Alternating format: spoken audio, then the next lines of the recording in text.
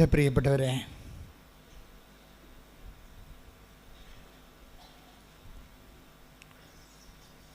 ഉടമ്പടിക്ക് 2 ലക്ഷ്യങ്ങളുണ്ട്.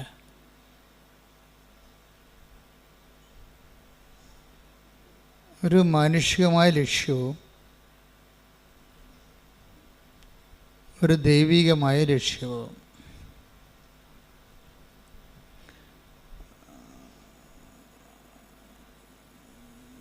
ഉടമ്പടി ഒരു ലൈറ്റ് വെയ്റ്റായിട്ട് പെട്ടെന്ന് ഒരു എയർ ലിഫ്റ്റ് വരാനുള്ള പ്രധാനപ്പെട്ട ഒരു ഉപാധി എന്ന് പറയുന്നത്, അതിന് നമ്മൾ സൂത്രം, ടെക്നിക്ക് എന്ന് പറയുന്നത്, ഈ ദൈവ ഇഷ്ടം കൂടുതൽ പ്രാധാന്യം ഉണ്ടാകണം. ഇപ്പോൾ അച്ഛൻ ആദ്യം എന്താ പറഞ്ഞത്? ഉടമ്പടിക്ക് 2 ലക്ഷ്യങ്ങൾ ഉണ്ടാകാനുള്ള സാധ്യതയുണ്ട്. ഒന്ന്, ഒരു മാനുഷിക ലക്ഷ്യം. ഇപ്പം നമ്മുടെ നിയോഗങ്ങളൊക്കെ മാനുഷിക ലക്ഷ്യങ്ങളുണ്ടല്ലോ, അല്ലേ? വീട് അത്യാവശ്യമല്ലേ, അതിന് ഓപ്ഷനില്ലല്ലോ. വിവാഹം അത്യാവശ്യമാണ്, ഓപ്ഷനില്ല, തിരഞ്ഞെടുപ്പില്ല. ജോലി അത്യാവശ്യമാണ്, ഓപ്ഷനില്ല. അപ്പോൾ മറ്റ് ഒരു ഉപാധി സമാന്തരമില്ലാത്ത വിഷയമാണ് നമ്മുടെ ഉടമ്പടിയിൽ. അതുപോലെ സമയബന്ധിതമായി നടക്കേണ്ട കാര്യങ്ങളാണ്. മറ്റു ബാധ്യതകളില്ല, മറ്റൊരു ഓപ്ഷനില്ല, മറ്റൊരു ചാൻസ് ഇല്ല, തിരഞ്ഞെടുപ്പില്ല. പക്ഷേ സമയവുമില്ല, മറ്റൊരു തിരഞ്ഞെടുപ്പുമില്ല, പക്ഷേ സമയവുമില്ല. ഇപ്പം ജപ്തിയൊക്കെ എന്ന് പറയുമ്പോൾ സമയബന്ധിതമാണല്ലോ. വിസയും അക്കാഡമിക് കോഴ്സുകളും എല്ലാം സമയബന്ധിതമാണ്. നമുക്ക് സമയം മുമ്പില്ല വേറെ. അപ്പം അങ്ങനെയുള്ള വിഷയങ്ങളാണ് ഉടമ്പടിയുടെ പരിധി വരുന്നത്. അതാണ് എൻ്റെ മാനുഷികമായ ലക്ഷ്യം എന്ന് പറയണത്. ഇനി ഇതിന് തന്നെ മാനുഷിക ലക്ഷ്യം എന്ന് പറയുന്നത് മാനുഷികമായ നിയോഗങ്ങളാണ് ഉദ്ദേശിക്കുന്നത്. നമ്മൾ വെക്കുന്ന പ്രാർത്ഥന ആവശ്യങ്ങൾ. ഇത് ലിഫ്റ്റ് ചെയ്യാൻ കുറച്ച് സമയമെടുക്കും. ചില വിഷയങ്ങളിൽ നമ്മൾ നിയോഗത്തിൽ വെച്ചാൽ ലിഫ്റ്റ് ചെയ്യാൻ, അത് ദൈവത്തെ കൊണ്ട് അഡ്രസ്സ് ചെയ്യിക്കാൻ ചില നിയോഗങ്ങൾക്ക് കുറേ സമയമെടുക്കും. അതിൻ്റെ കാരണം അതിൽ ദൈവത്തിന് മാർജിനൊന്നും ഇല്ലാത്തത് കൊണ്ടാണ്. വളരെ തന്ത്രപരമായിട്ട് വേണം ഉടമ്പടി ചെയ്യാൻ. അല്ല ഓടി വന്ന് വല്ലതൊക്കെ എഴുതിയിട്ട് കഴിഞ്ഞാൽ യൂദാസുവിൻ്റെ പെട്ടി കൊണ്ടുപോയി എഴുതിയിടുന്ന പോലെ ഇരിക്കും. അതിൻ്റെ അകത്ത് ഇത് ഉടമ്പടി വളരെ സത്യസന്ധമായ അതിൻ്റെ ഒരു ടെക്നിക്കാലിറ്റീസ് പഠിക്കണം. അതിൻ്റെ അകത്ത് നമ്മൾ ഓരോ നിയോഗം വെക്കുമ്പോൾ അതിൻ്റെ മാർജിൻ എന്താണെന്ന് നോക്കണം. എല്ലാ ബിസിനസ്സിനും അതിൻ്റെ മാർജിനില്ലേ? അല്ലെ പിന്നെ ആരാണ് ബിസിനസ് ചെയ്യാൻ പോണത്?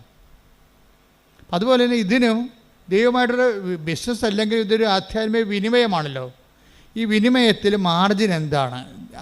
ദൈവത്തിന് അതിൻ്റെ അകത്തുള്ള ലാഭം എന്താണ്? ആ ദൈവത്തിന് അതുകൊണ്ട് എന്താ പ്രയോജനം? അത് വളരെ തന്ത്രപരമായിട്ട് നമ്മൾ ധ്യാനിച്ച് മനസ്സിലാക്കേണ്ടതാണ്. ഈ ദൈവത്തിൻ്റെ പ്രയോജനങ്ങളെ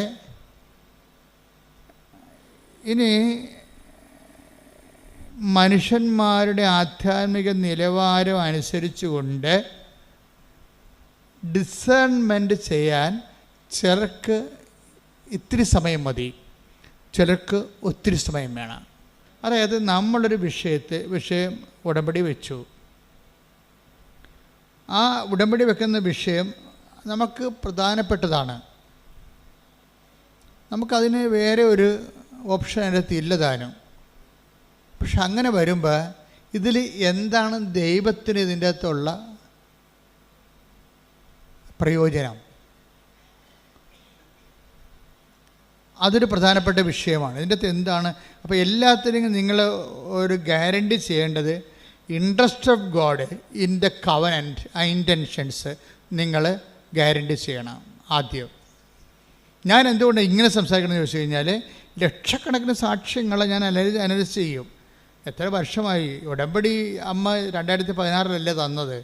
ഈ കൃപാസനം എന്ന് പറഞ്ഞ സംവിധാനം ഉള്ളത് 89 അന്ന് മുതൽ ലക്ഷക്കണക്കിന് മനുഷ്യർ പ്രാർത്ഥിക്കുകയും കൗൺസിൽ ചെയ്യുകയും ഒക്കെ ചെയ്യുമ്പോൾ ഞാനെല്ലാം നിശ്ചിതമായി നിരീക്ഷിക്കുന്ന ഒരാളാണ്. അപ്പോൾ ഏതാണ് പെട്ടെന്ന് ക്രാക്കാകണത്, പെട്ടെന്ന് ഫയർ ആകണമെന്നൊക്കെ എനിക്ക് ഏറെക്കുറെ ഒരു ഐഡിയ ഉണ്ട്. അതുകൊണ്ടാണ് ഞാൻ നിങ്ങളോട് പറയണത്, ഈ സ്പീഡ് ബൗണ്ടാകണമെങ്കിൽ, ഉടമ്പടി സ്പീഡ് ബൗണ്ടാകണമെങ്കിൽ അതിൻ്റെ അകത്ത് ആ വിനിമയത്തിലുള്ള ദൈവത്തിൻ്റെ ഇൻട്രസ്റ്റുകൾ അത് നമ്മൾ ഗ്യാരണ്ടി ചെയ്യണം. ദൈവത്തിൻ്റെ താല്പര്യം എന്ന് വെച്ചാൽ ആ ഒരു വിനിമയം നടന്നാൽ, ഇപ്പം നിനക്ക് കുട്ടി ഉണ്ടായി, ദൈവത്തിന് എന്താ പ്രയോജനം? നീ കൊച്ചിനെ മുടത്തി ഞായറാഴ്ച കുർബാനയും മുടക്കി നടക്കും, ദൈവത്തിന് നഷ്ടമാണ് വരാൻ പോണത്. മനസ്സിലായില്ലേ? നിനക്കിപ്പോൾ 7 കൊല്ലം, ഇപ്പം കൃപാസനത്തിൻ്റെ ഉടമ്പടിയുടെ വിഷയം എന്താണ്?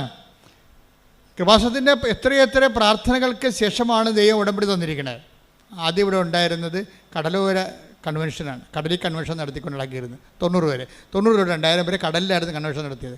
വള്ളക്കാരെല്ലാം വിളിച്ചു കൂട്ടി, ബോട്ടുകാരെല്ലാം വിളിച്ചു കൂട്ടി, എല്ലാ ബോട്ടിലും ഞാൻ കടലിൽ കൂടി വള്ളത്തെ പോയിട്ട് ഓരോ ബോട്ടിലും കയറി ഇറങ്ങി വെഞ്ചരിക്കുകയും ചെയ്യും.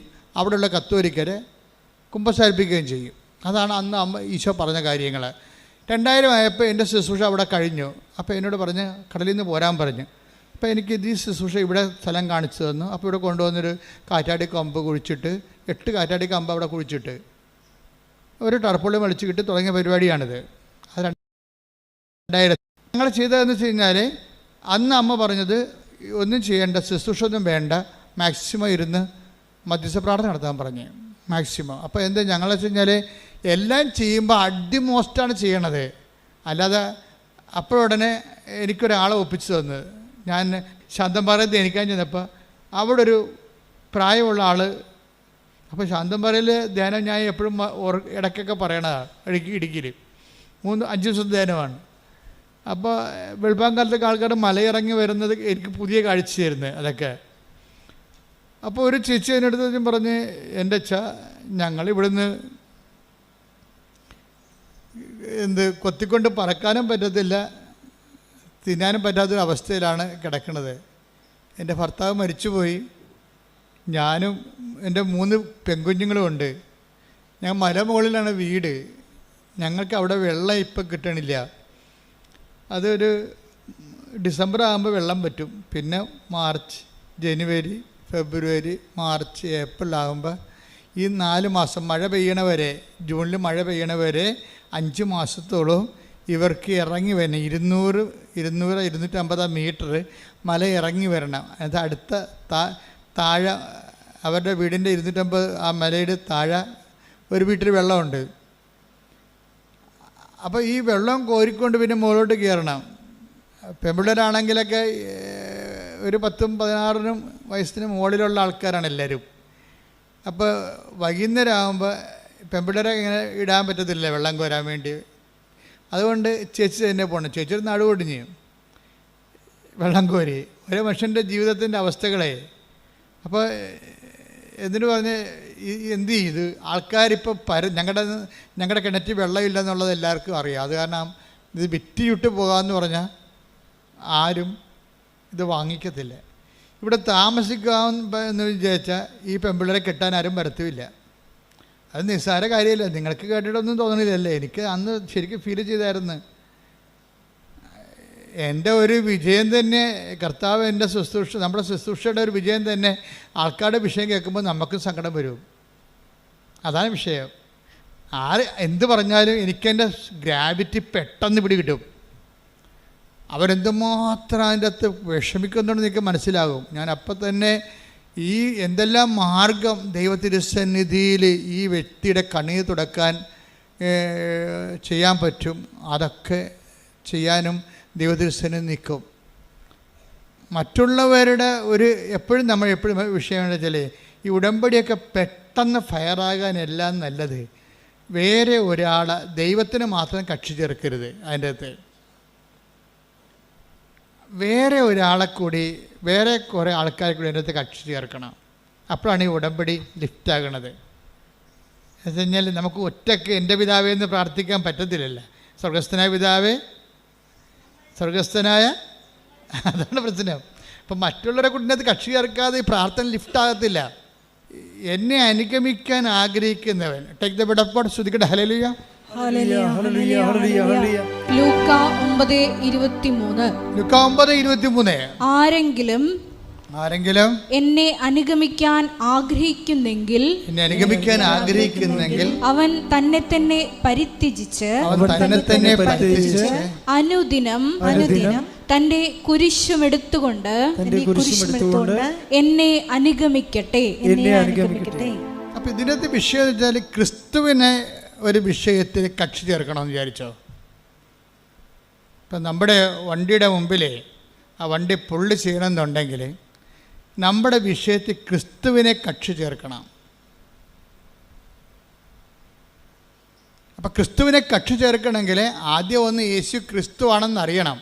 ഈ ക്രിസ്തു എന്ന് പറഞ്ഞ ഈ യാഥാർത്ഥ്യത്തിന് വേണ്ടി ജീവിക്കാനും മരിക്കാനും തയ്യാറായ കമാൻഡോ ഓപ്പറേഷനാണ് നടക്കുന്നത്. അതിനുള്ള കമാൻഡോസിനെ തിരഞ്ഞെടുക്കുകയാണ്. അതിൻ്റെ അകത്ത് ഒന്നാമനാണ് പത്രോസ്.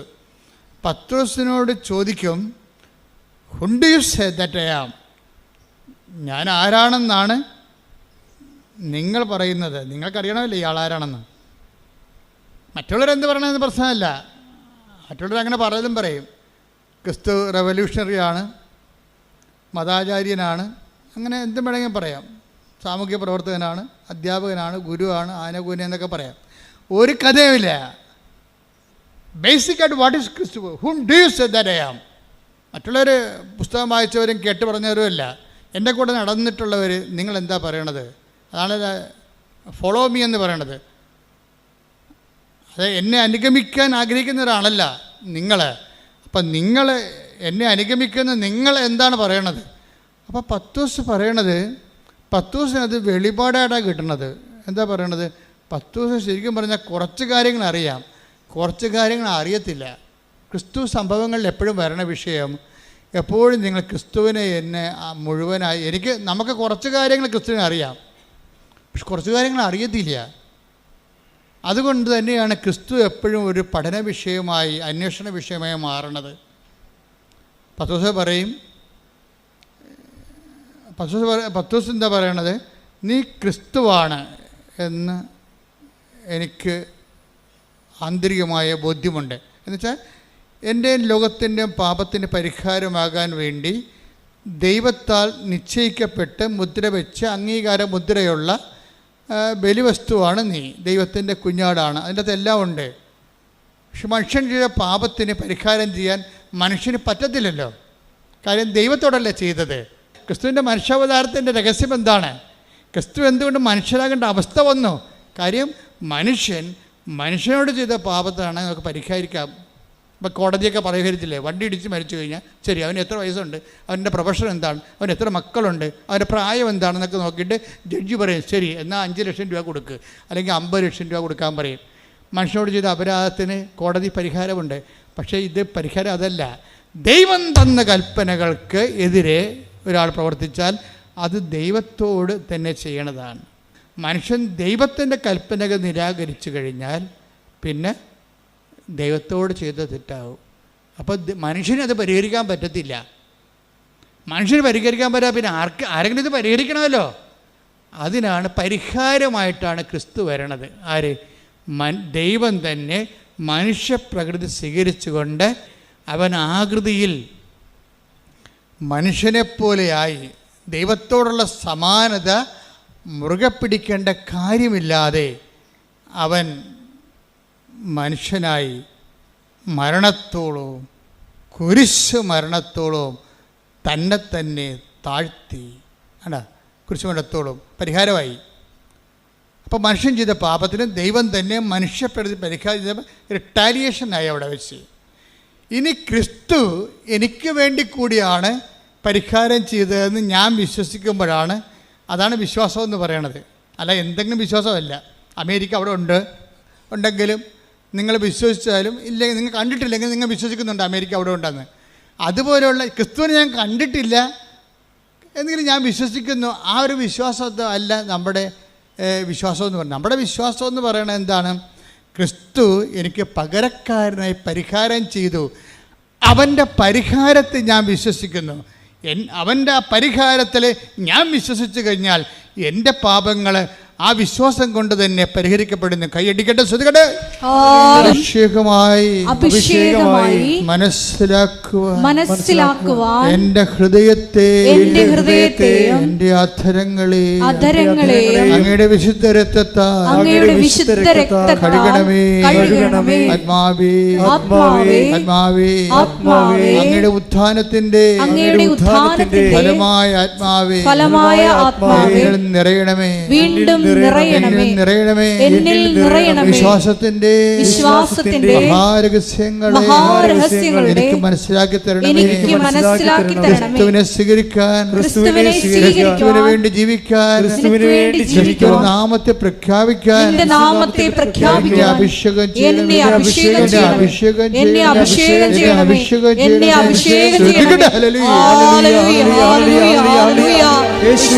ലോകത്തിന്റെ അതിർത്തികൾ വരെ നിന്റെ നാമത്തിന് സാക്ഷ്യം വഹിക്കുവാൻ ഞങ്ങളെ തിരഞ്ഞെടുത്ത് അഭിഷേകം ചെയ്യണമേ. മത്തായിയുടെ സുവിശേഷം 16:24. ആരെങ്കിലും എന്നെ അനുഗമിക്കാൻ ആഗ്രഹിക്കുന്നെങ്കിൽ അവൻ തന്നെ തന്നെ പരിത്യജിച്ച് തന്റെ കുരിശുമെടുത്ത് എന്നെ അനുഗമിക്കട്ടെ. ഇത് വളരെ ഹൃദ്യമായ ഒരു സമവാക്യമാണ്. ക്രിസ്തുവാണ് നീ എന്ന് പത്രോസ് പറഞ്ഞു. എന്ന് വെച്ച് കഴിഞ്ഞാൽ ലോകത്തിന് എക്കാലത്തെയുമുള്ള നിത്യതയുടെ പരിഹാരം, നിത്യത ലഭിക്കുന്നതിനുള്ള ഏക പരിഹാരമാണ് നീ. നിൻ്റെ ബലിയിലാണ് അപ്പൻ പ്രസാദിക്കാൻ പോകുന്നത്. നീ എനിക്ക് വേണ്ടി കൂടിയാണ് മരിച്ചുയർത്തിട്ടതെന്ന് ഞാൻ വിശ്വസിക്കുമ്പോഴാണ് നിന്നെ എനിക്ക് ലഭിച്ചിട്ട് ഞാൻ നിൻ്റെ കൂടെ നിത്യത കരയേറ്റുന്നത് എന്നുള്ള ക്രിസ്തു രഹസ്യത്തിലേക്കുള്ള യാത്രയിൽ സംഭവിക്കേണ്ട ചില സ്വകാര്യമായ ലളിതമായ കാര്യങ്ങളുണ്ട്. അതിലെന്താണ്? ക്രിസ്തുവിനെ സ്വീകരിക്കാൻ പത്രോസാണ് പറയണത്, നീ ക്രിസ്തുവാണെന്ന് പറയണത്. വെച്ച് കഴിഞ്ഞാൽ അഭിഷിക്തൻ, അംഗീകരിക്കപ്പെട്ടവൻ, നിൻ്റെ ബലിയിൽ മാത്രം ദൈവം പ്രസാദിക്കുന്നവൻ. വേറെ എന്ത് പ്രസാദിപ്പിച്ചാലും കാര്യമില്ല. വേറെ നീ പാപപരിഹാരത്തിന് വേണ്ടി എന്ത് തലകുത്തി പറഞ്ഞിട്ടൊരു കഥയുമില്ലെന്നാണ്. ക്രിസ്തുവിൻ്റെ പരിഹാരത്തോടു കൂടി ബാക്കി മാനവരാശിയുടെ സാംസ്കാരികമായി കണ്ടെത്തിയിട്ടുള്ള മുഴുവൻ പരിഹാരങ്ങളെയും നള്ളിഫൈ ചെയ്യുകയാണ്. മനുഷ്യൻ പരിഹാരത്തിന് എന്തെല്ലാം ചെയ്യുന്നുണ്ട്. ക്രിസ്തു നിനക്ക് വേണ്ടി മരിച്ചു പാപത്തിൻ്റെ പരിഹാരമായി എന്ന് നീ വിശ്വസിക്കുമ്പോൾ ക്രിസ്തു നേടിയെടുത്ത പരിഹാരം നിനക്ക് അവകാശമാക്കണമെങ്കിൽ നിൻ്റെ വിശ്വാസത്തിലൂടെയാണത്. അപ്പം നീ എന്തിലാണ് വിശ്വസിക്കണത്? ക്രിസ്തുവെന്ന വ്യക്തിയിൽ വിശ്വസിക്കുന്നതിനേക്കാൾ ഉപരി ക്രിസ്തു നിനക്ക് വേണ്ടി പാപപരിഹാരം മരിച്ചുവെന്ന് നീ വിശ്വസിക്കണം. പറഞ്ഞേ, കർത്താവായ ദൈവമേ, എന്റെ പാപപരിഹാരമായി എനിക്ക് പകരക്കാരനായി നീ മരിച്ചുവെന്ന് നിന്റെ മരണത്തില് ദൈവപിതാവ് പ്രസാദിച്ചുകൊണ്ട് എന്നെ ഉയർത്തെഴുന്നേൽപ്പിച്ചുവെന്ന് ഞാൻ വിശ്വസിക്കുന്നു. നിന്റെ മരണത്തെ പ്രഖ്യാപിക്കുന്നു, നിന്റെ ഉയർപ്പിൽ വിശ്വസിക്കുന്നു, വരവ് കാത്തിരിക്കുന്ന കർത്താവേ, വിശ്വാസത്തിന്റെ ഈ മഹാരഹസ്യങ്ങളെ അടയാളങ്ങളിലൂടെ ആഘോഷിക്കുവാൻ അഭിഷേകം നൽകണം. ഉടമ്പടി അടയാളങ്ങളുടെ ക്രിസ്തു രഹസ്യത്തിൻ്റെ അടയാളങ്ങളുടെ ആഘോഷമാണ് ഉടമ്പടി. ഇപ്പം ക്രിസ്തു രഹസ്യ ഉടമ്പടിയിൽ എന്താ സംഭവിച്ചിരിക്കുന്നത്? ക്രിസ്തു രഹസ്യമാണ് ആഘോഷിക്കപ്പെടുന്നത് അടയാളങ്ങളിലൂടെ. എന്താണ്? ക്രിസ്തു എനിക്ക് വേണ്ടി മരിച്ചു, എൻ്റെ വിടുതലിൻ്റെ വില കൊടുത്തു, എൻ്റെ വിടുതലിൻ്റെ വില കൊടുത്തു. ആ നിൻ്റെ വിടുതലിൻ്റെ വില കൊടുത്തുകൊണ്ട് നിനക്ക് മരണമില്ല, അവൻ വിശ്വസിക്കുന്നവൻ നിത്യമായി ജീവിക്കുമെന്ന് ഈശോ വാഗ്ദാനം നൽകിയിട്ടുണ്ടെങ്കിൽ, അവൻ്റെ ഉയർപ്പിലൂടെ ആ വാഗ്ദാനത്തെ അവൻ സാധൂകരിക്കുന്നുണ്ടെങ്കിൽ അത് നിനക്ക് നാളെ അവകാശമാകാൻ പോകുമ്പോഴേ നിനക്ക് ഒരു ആധികാരികതയുണ്ട്. എന്താണ്? ക്രിസ്തു എനിക്ക് വേണ്ടി മരിക്കാൻ വേണ്ടി മാത്രം ഞാൻ ദൈവത്തിൻ്റെ തിരുസന്നിധിയിൽ വിലയുള്ളവനാണ്. കൈയടിച്ച് സ്തുതിക്കട്ടെ. ഹല്ലേലൂയ. പുകഴ്ചയും ഉണ്ടായിരിക്കട്ടെ. നിങ്ങൾ ഇതിൻ്റെ തിയററ്റിക്കൽ സൈഡ് പഠിക്കാതെ ഉടമ്പടി ക്രാക്കാക്കാൻ ബുദ്ധിമുട്ടാണ്. മേജർ മിറക്കിൾ സംഭവിക്കത്തില്ല. സാധാരണ ലൈറ്റ് മിറക്കിളൊക്കെ സംഭവിക്കും. അവൻ്റെ തിയറി പഠിക്കണം. ഇപ്പം ഡ്രൈവർമാരെ നമ്മൾ എടുക്കത്തില്ലേ, ഡ്രൈവർമാരെടുക്കുമ്പോൾ എന്ത് പറയും, നിങ്ങൾ മെക്കാനിസ്റ്റ് ആണെന്ന് ചോദിക്കും ആദ്യം. അയ്യോ മെക്കാനിസ്റ്റ് അല്ല. അപ്പോൾ അത് ഇതിൻ്റെ കൂടെ വണ്ടി ഞാൻ വഴി കിടക്കേണ്ടി വരുമല്ല, നിൻ്റെ കൂടെ നിന്നെ വീട്ടിൽ പോയിക്കോളാൻ പറയും ഇല്ലേ. ഡ്രൈവർമാരെ നമ്മുടെ ഏത് കമ്പനിക്കാരും ഡ്രൈവർ എടുക്കുമ്പോൾ എന്ത് ചോദിക്കും, നിങ്ങൾ മെക്കാനിസ്റ്റ് ആണെന്ന് ചോദിക്കും. കാരണം ഡ്രൈവർ കം മെക്കാനിസ്റ്റിനാണ് നമുക്കൊരു കോൺഫിഡൻസ് ഉള്ളത്. ഉടമ്പടി പഠിക്കുമ്പോൾ അതിൻ്റെ ഡ്രൈവറായാൽ മാത്രം പോരാ, അത് ചെയ്ത് അനുഷ്ഠിച്ച് ഓരോ കാര്യം അച്ഛൻ ഇവിടുന്ന് പറഞ്ഞു വിടും, ഓരോ കാര്യം നിങ്ങൾ ചെയ്യും. നിങ്ങൾ ഡ്രൈവറാണ് അതിൻ്റെ, പക്ഷേ മെക്കാനിസ്റ്റ് അല്ല. ഉടമ്പടി എങ്ങനെ ക്രാക്കാക്കണം എന്നുള്ളതിൻ്റെ അതിൻ്റെ സൈദ്ധാന്തിക ലെവൽ അറിയണം. അതെന്താണ്? ക്രിസ്തു രഹസ്യങ്ങളുടെ ആഘോഷമാണ്. ക്രിസ്തു രഹസ്യം എന്ന് പറയുന്നത് എന്താണ്? ക്രിസ്തു എനിക്ക് വേണ്ടി പകരക്കാരനായി മരിച്ചു. പറഞ്ഞേ, ക്രിസ്തു എനിക്ക് വേണ്ടി പകരക്കാരനായി മരിച്ചു. എനിക്ക് ലഭിക്കുന്ന ഓരോ കുരിശിലും അവന്റെ നാമത്തോട് ഞാൻ ഐക്യദാർഢ്യം പ്രഖ്യാപിച്ചുകൊണ്ട് അവന്റെ മരണത്തെ ഞാൻ പ്രഖ്യാപിക്കുന്നു. എനിക്ക് ലഭിക്കുന്ന അനുദിന സങ്കടങ്ങളിലൂടെ അവന്റെ മരണത്തെ പ്രഖ്യാപിക്കുമ്പോൾ അങ്ങനെ മരണത്തെ പ്രഖ്യാപിക്കുന്നവർക്ക് അവനോടുകൂടി മരിക്കുന്നവർക്ക് അവന്റെ മരണം വാഗ്ദാനം ചെയ്യുന്ന അവനോടുകൂടിയുള്ള നിത്യജീവിതത്തെ ഞാൻ പ്രഖ്യാപിക്കുന്നു, പ്രത്യാശിക്കുന്നു. ശ്രുതികട ഹല്ലേലൂയ, ഹല്ലേലൂയ, ഹല്ലേലൂയ, ഹല്ലേലൂയ, ഹല്ലേലൂയ.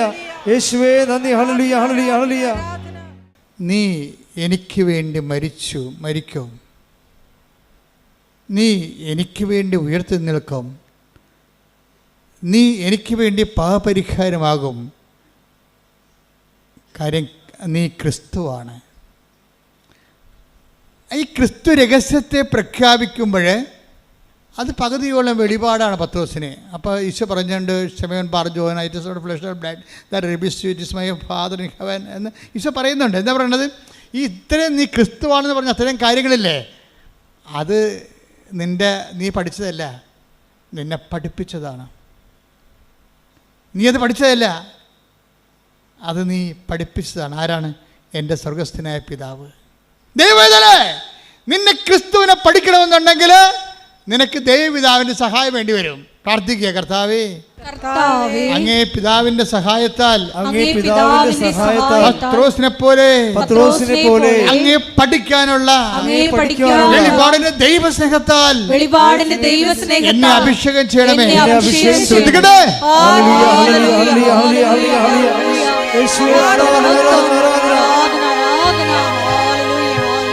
ക്രിസ്തു മഹാരഹസ്യത്തിൻ്റെ വാതിക്കലെത്തി അങ്കണത്തിലേക്ക് പ്രവേശിച്ചു എന്ന് ഈശോയ്ക്ക് മനസ്സിലായി. അപ്പോൾ പത്രോസ് പറയും, it is flesh and blood that reveals you. ഇത് നിൻ്റെ മാംസവും രക്തവുമല്ല, നിൻ്റെ അറിവല്ല. ഈ അപ്പ നിന്നോട് പറഞ്ഞിട്ടുണ്ട് എന്നെക്കുറിച്ച്. Though now you got the pass, നിനക്ക് പ്രവേശന അനുമതി ലഭിച്ചു. അപ്പോൾ ഇത് ഭയങ്കര സംഭവമാണ്. ക്രിസ്തു ഉടനെ പത്രോസിനെ മനസ്സിലാക്കി. എന്താ പറഞ്ഞത്? ഇത് നിനക്ക് ഇതിൻ്റെ കഴിവില്ലെന്ന് എനിക്കറിയാം, നീ അത്രയും പഠിച്ചിട്ടില്ല എൻ്റെ രഹസ്യം. പക്ഷെ അപ്പ നിനക്ക് ക്രിസ്തു രഹസ്യത്തിൻ്റെ ഒരു സൗധങ്ങളിലേക്ക് പ്രവേശിക്കാൻ വേണ്ടി അപ്പ നിനക്ക് പ്രവേശന പാസ് തന്നിട്ടുണ്ട്. Now I know it. ഇപ്പം എനിക്ക് മനസ്സിലായി. ഇനി എനിക്ക് നിന്നോട് കുറച്ച് കാര്യം പറയാനുണ്ട്. നിന്നോടും നിന്നെപ്പോലെ കമാൻഡോയാകാൻ വേണ്ടി ദൈവം വിളിച്ചവരോടെല്ലാം പറയാം. നീ എന്നെയാണ് അനുഗമിക്കാൻ ആഗ്രഹിക്കുന്നുണ്ടെങ്കിൽ എന്തു ചെയ്യണം? ഫസ്റ്റ് ടൈം എന്തു ചെയ്യണം? സ്വയം പരിത്യജിക്കണം. നിൻ്റെ വിഷയങ്ങളല്ല. എങ്ങനെയാണ് പെട്ടെന്ന് ഉടമ്പടി ക്രാക്കാകണം നിങ്ങളോട് പറയണ ഞാൻ. ക്രിസ്തു രഹസ്യത്തെ താത്വികമായിട്ടും സൈദ്ധാന്തികമായിട്ടും സൂക്ഷ്മതയോടെ പരിശോധിച്ചിട്ട് നിങ്ങൾ ഇംപ്ലിമെൻ്റ് ചെയ്യണം.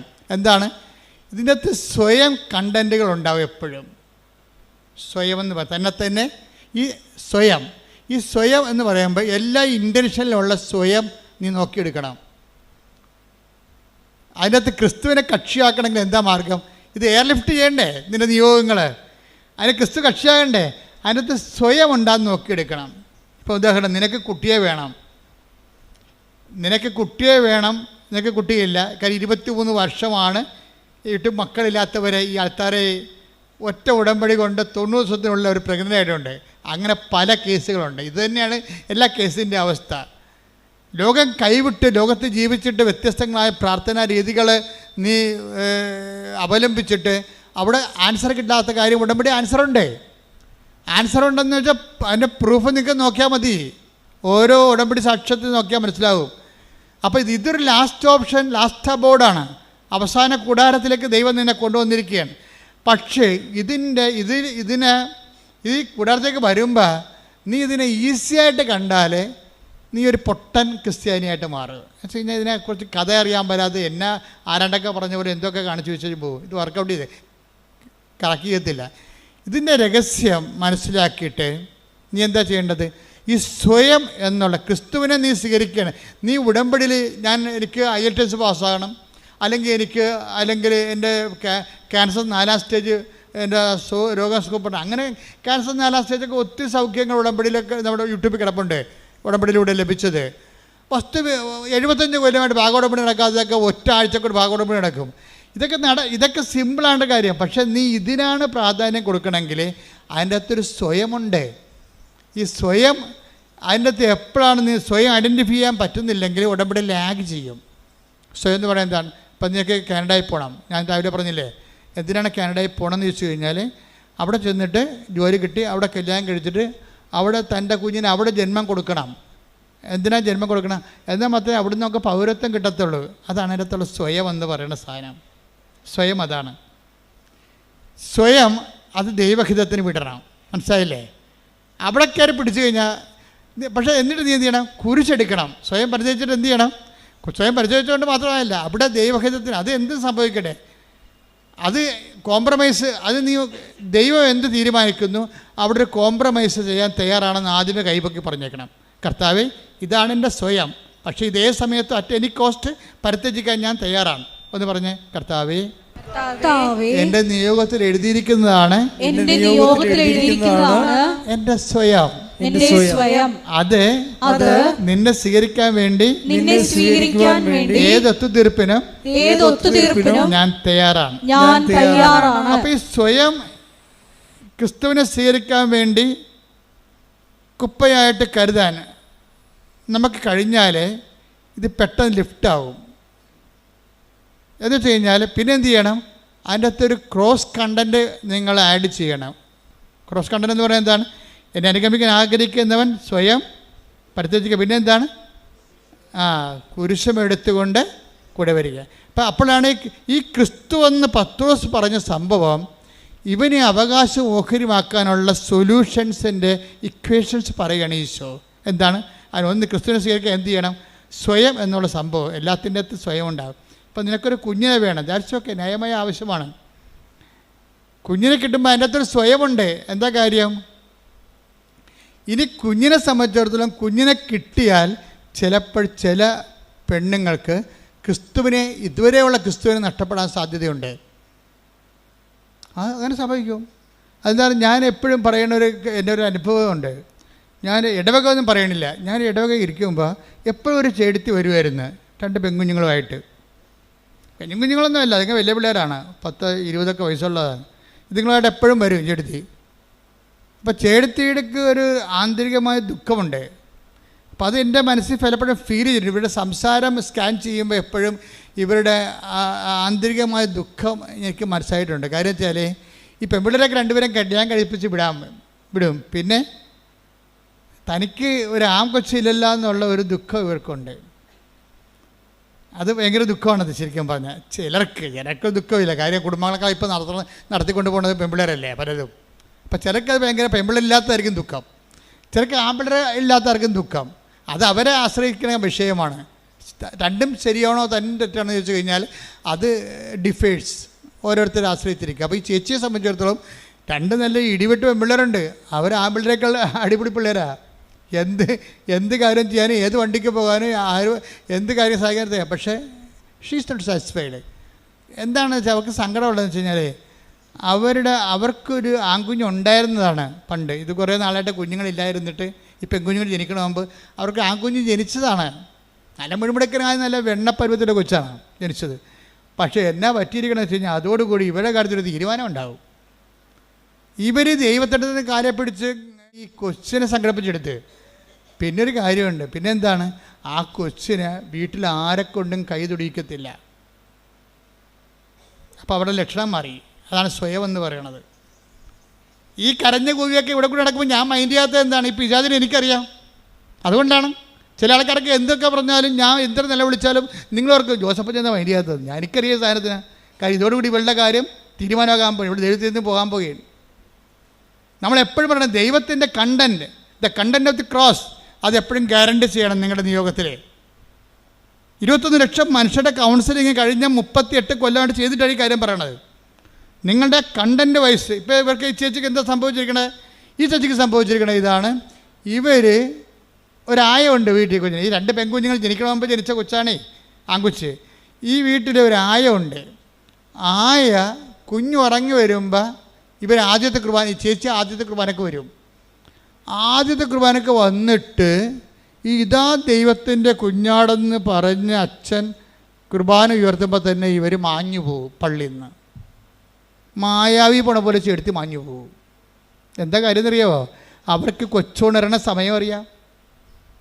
കൊച്ചുണരണ സമയം അറിയാം. എന്താണ് കാര്യം, ഇതാണ് ടൈം. ഒരു 7:15 പരുവത്തിലുള്ള ടൈമിനാണ് കൊച്ചു ഉണരണത്. ആ ഉണരുമ്പോൾ ആ പണ്ടാരം ആ കുഞ്ഞിനെ നോക്കാൻ നിർത്തിക്കണം. അവളെ കയറി അവരെ കൊച്ചിനെ എടുക്കും. വാവോ വാവോ എന്നൊക്കെ പറഞ്ഞുകൊണ്ട് നിലവിളിക്കുമ്പോൾ ആ കുഞ്ഞ് വിചാരിക്കും ഇവളാണ് അമ്മയെന്ന്. അപ്പോൾ താൻ ഔട്ടാകാതിരിക്കാൻ വേണ്ടി കുഞ്ഞ് ഉണരണ കർത്താവ് വിട്ടുവെച്ച് ഇവൾ 4 കാലം വീണ് വീട്ടിൽ പോയി കുഞ്ഞിനെ എടുക്കും. കുഞ്ഞിനെ എടുക്കണമെങ്കിൽ ഇവളെ കുഞ്ഞിനെ എടുക്കും. എത്ര കൊല്ലമായി, ഒരു 3 കൊല്ലത്തോളം ഇതുതന്നെ ഒരു കലാപരിപാടി. കുഞ്ഞിനെ ബാക്കി ആർക്ക്, അവളുടെ ഭർത്താവിന് വരെ അവിടുത്തെ വേലക്കാരത്തി ഭക്ഷണം കൊടുത്ത് അവൾക്കൊരു പ്രശ്നമില്ല. പക്ഷേ കുഞ്ഞിനെ കൊണ്ട് ഭക്ഷണം എടുപ്പിക്കത്തില്ല. ഇതാണ് സ്വയം എന്ന് പറഞ്ഞ സാധനം. പിടിയ അറ്റാച്ച്മെൻറ്റ് എന്ന് പറഞ്ഞ സംബന്ധം നിസ്സാരമല്ലേ.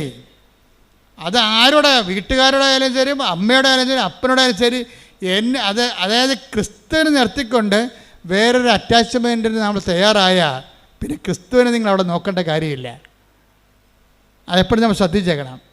ഇത് വളരെ വളരെ ബുദ്ധിപൂർവ്വം അവധാനതയോടുകൂടി ശാസ്ത്രീയമായി ആധ്യാത്മിക ശാസ്ത്രമനുസരിച്ച് സൂക്ഷ്മതയോടെ പഠിച്ച് കൈകാര്യം ചെയ്യേണ്ട വിഷയമാണ്. എന്താ അത് ഈ എല്ലാ വിഷയവും അങ്ങനെ വരും. ഇപ്പം നിങ്ങൾ കല്യാണം കഴിച്ചു, അപ്പോൾ നിങ്ങൾക്ക് കുഞ്ഞ് ജനിക്കണം, അല്ലെങ്കിൽ ഒരു ഭർത്താവ്. അപ്പോൾ നിങ്ങൾക്ക് ഭർത്താവിനൊക്കെ സങ്കല്പമുണ്ട്, ഭർത്താവിനെ ഞാൻ അങ്ങനെ സ്നേഹിക്കും, ഭർത്താവിനെ ഇങ്ങനെ സ്നേഹിക്കും, ഇങ്ങനെ ഓരോ സങ്കല്പങ്ങൾ ഉണ്ടാക്കി എടുക്കും. നിങ്ങൾക്ക് വീട് വേണം, വീട് വെച്ചതിന് ശേഷം നിങ്ങൾക്ക് അവിടെ ഡ്രോയിങ് റൂം വേണം, വർക്ക് ഏരിയ വേണം, വർക്ക് ഏരിയയിൽ ഒരു കബോർഡ് വേണം. അതിനെല്ലാം ഞങ്ങൾക്ക് ഐഡിയ.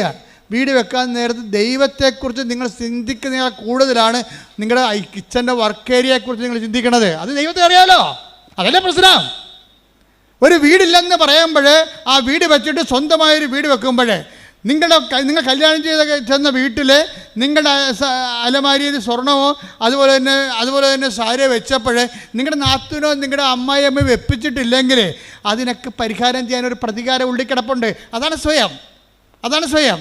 നീ ഒരു വീട് വെക്കുമ്പോൾ എണ്ണി ഇവളൊക്കെ എന്നോട് കാണിച്ചതിന് ഇവിടെ മുമ്പിൽ ഞാൻ സമാധാനം ചെയ്യും. അതാണ് സ്വയം, ഈ വീടിൻ്റെ സംഭവം. ഒരു വീട് ചെയ്യുമ്പോൾ നിൻ്റെ ഉള്ളിലൊരു സ്വയം ഉണ്ടാവും. അത് മിക്കവാറും ദൈവത്തിനെതിരായിരിക്കും. ഇപ്പോൾ ഇവരുടെ സ്വയം എന്താണ്, വെണ്ണക്കുഞ്ഞിനെ അതുപോലെ വളർത്തി അവളുടെ അടിമയായി അവളുടെ സ്വരം കേട്ട് മാത്രം ഉറങ്ങുകയും അവളുടെ സ്വരം കേട്ട് ഉണരുകയും അവളുടെ സ്വരം മാത്രം തിരിച്ചറിയുകയും ചെയ്യുന്ന കുഞ്ഞായിട്ട് തന്നെ മാറ്റുകയാണ്. പാല് ഈ തള്ള മാത്രമേ കൊടുക്കത്തുള്ളൂ, വേറെ ആരും കുഞ്ഞിനെ കൊണ്ട് പാലെടുപ്പിക്കത്തില്ല. ഇപ്പം എന്നാ പറ്റിയിരിക്കണമെന്ന് നോക്കിയേ, 2.5 കൊല്ലം അത് ജീവിച്ചാ കൊച്ചി. 2.5 കൊല്ലം കഴിഞ്ഞപ്പോൾ വെറുതെ ചത്തുപോയി ആ കൊച്ചി. അതെന്താ വെറുതെ ചത്തുപോകാൻ കാര്യം? ഞാൻ ചോദിച്ചു, എന്തെങ്കിലും വെറുതെ ചത്തുപോയത്? അതെ, കുഞ്ഞിൻ്റെ കരളിൽ പാലിൻ്റെ പാട കെട്ടിയെന്ന്. പാല് മാത്രമേ കൊടുക്കത്തുള്ളൂ, കളർ വെക്കാൻ വേണ്ടി പൊന്ന് വരച്ച് കൊടുക്കും, പാലും കൊടുക്കും, പോരെ പരിപാടി. അപ്പോൾ കളറും വെക്കും, മിനുക്കം ഉണ്ടാകും കൊച്ചിനെ മിനുക്കിയിട്ട് എൻ്റെ കൊച്ചാണെന്ന് പറഞ്ഞ് പള്ളിയിലൊക്കെ കൊണ്ടുനടക്കാനാണേ. അപ്പോൾ എല്ലാവരും പറയാം, താടിക്കാൻ നല്ല കുഞ്ഞാണ്, നല്ല തിളക്കമുള്ള കുഞ്ഞാണെന്ന് പറയും. അതിനു വേണ്ടി ഇതാണ് സ്വയം എന്ന് പറയണത്. നമ്മൾ ഓമനത്വത്തോടു കൂടി എന്തിനെ നോക്കിയാലും അത് സ്വയമായി മാറും. ഈ സ്വയം ഏത് സമയത്തും വെച്ചൊഴിയാനും സമർപ്പിക്കാനും നമ്മൾ തയ്യാറാകുകയും അതുകൊണ്ട് മാത്രം ഈ സംഭവം നടക്കത്തില്ല. പിന്നെ എന്താണ്, ഒരു കുരിശ് ഇതിനകത്ത് നമ്മൾ അക്സെപ്റ്റ് ചെയ്യുകയും ചെയ്യണം. നിങ്ങളുടെ എല്ലാ നിയോഗങ്ങളിലും ഒരു കുരിശുണ്ടാകണം. ഇന്നലെ ഇവിടെ ഒരു സാക്ഷി ഒരു മോള് പറഞ്ഞ്, അവളെന്താ പറഞ്ഞെന്നറിയാമോ, എനിക്ക് വലിയ കാശൊന്നുമില്ല, IELTS OIT ഒക്കെ പഠിക്കാനോ ഇനിയും തോറ്റാലൊക്കെ വീണ്ടും എഴുതി കൊടുക്കാനൊക്കെ എൻ്റെ കാശില്ല. അപ്പം ഞാൻ കർത്താവിനൊരു കാര്യം പറഞ്ഞിട്ടുണ്ട്, നീ എന്നെ ഒറ്റ ജയിപ്പിക്കലേക്കാണ്ട് ജയിപ്പിച്ചതാ, നിന്നോട് ഞാനൊരു കുരിശെടുത്ത കാര്യം പറയാം. എന്താ കുരിശ്? ഈ കാശ് OIT എഴുതാൻ കാശില്ലാത്ത പിള്ളേരെയില്ലേ, അവരെ ഞാൻ തിരക്ക് നടന്ന് പിടിപ്പിച്ചിട്ട് അവരെ ഞാൻ പഠിപ്പിച്ചോളാം. അവരെ കാശ് മുടക്കാതെ തന്നെ പഠിപ്പിച്ചിട്ട് ഞാൻ പരീക്ഷ എഴുതിക്കൊള്ളാം. എന്താണ്? ആ ഒരു കുരിശാണ് എടുക്കുന്ന സാധനം. ക്രിസ്തുവിനെ സ്വീകരിക്കുമ്പോൾ വേറെ ഒരു കുരിശ് നമ്മൾ അക്സെപ്റ്റ് ചെയ്യണം. ഇപ്പോൾ ചിലർക്ക് ജെറോം പഠിക്കാൻ പറ്റത്തില്ല, ചിലർ ഭയങ്കര കാഴ്ചയായിരിക്കും. അപ്പോൾ ഒരാൾ ചിലർ പറയും, ഞാൻ പഠിപ്പിച്ചാൽ നിന്നെ, നീ പഠിക്കണ്ട, നീ 5 പൈസ മുടക്കണ്ട, നീ ഞാൻ പറഞ്ഞ പോലെ പഠിച്ചാൽ മതി. അതാണ് അത് കുരിശെടുക്കുക. വെച്ചാൽ മറ്റുള്ളവരുടെ, നമുക്ക് കുരിശെന്ന് പറഞ്ഞാൽ എന്താണ്, നമുക്ക് പ്രത്യേകിച്ച് പ്രോഫിറ്റബിൾ ഒന്നുമില്ലാത്ത ഒരു വ്യക്തിയോ ഒരു വിഷയമോ ആണ് കുരിശെന്ന് പറയണത്. എന്താണ് കുരിശെന്ന് പറയണത്? നമുക്ക് നേരിട്ട്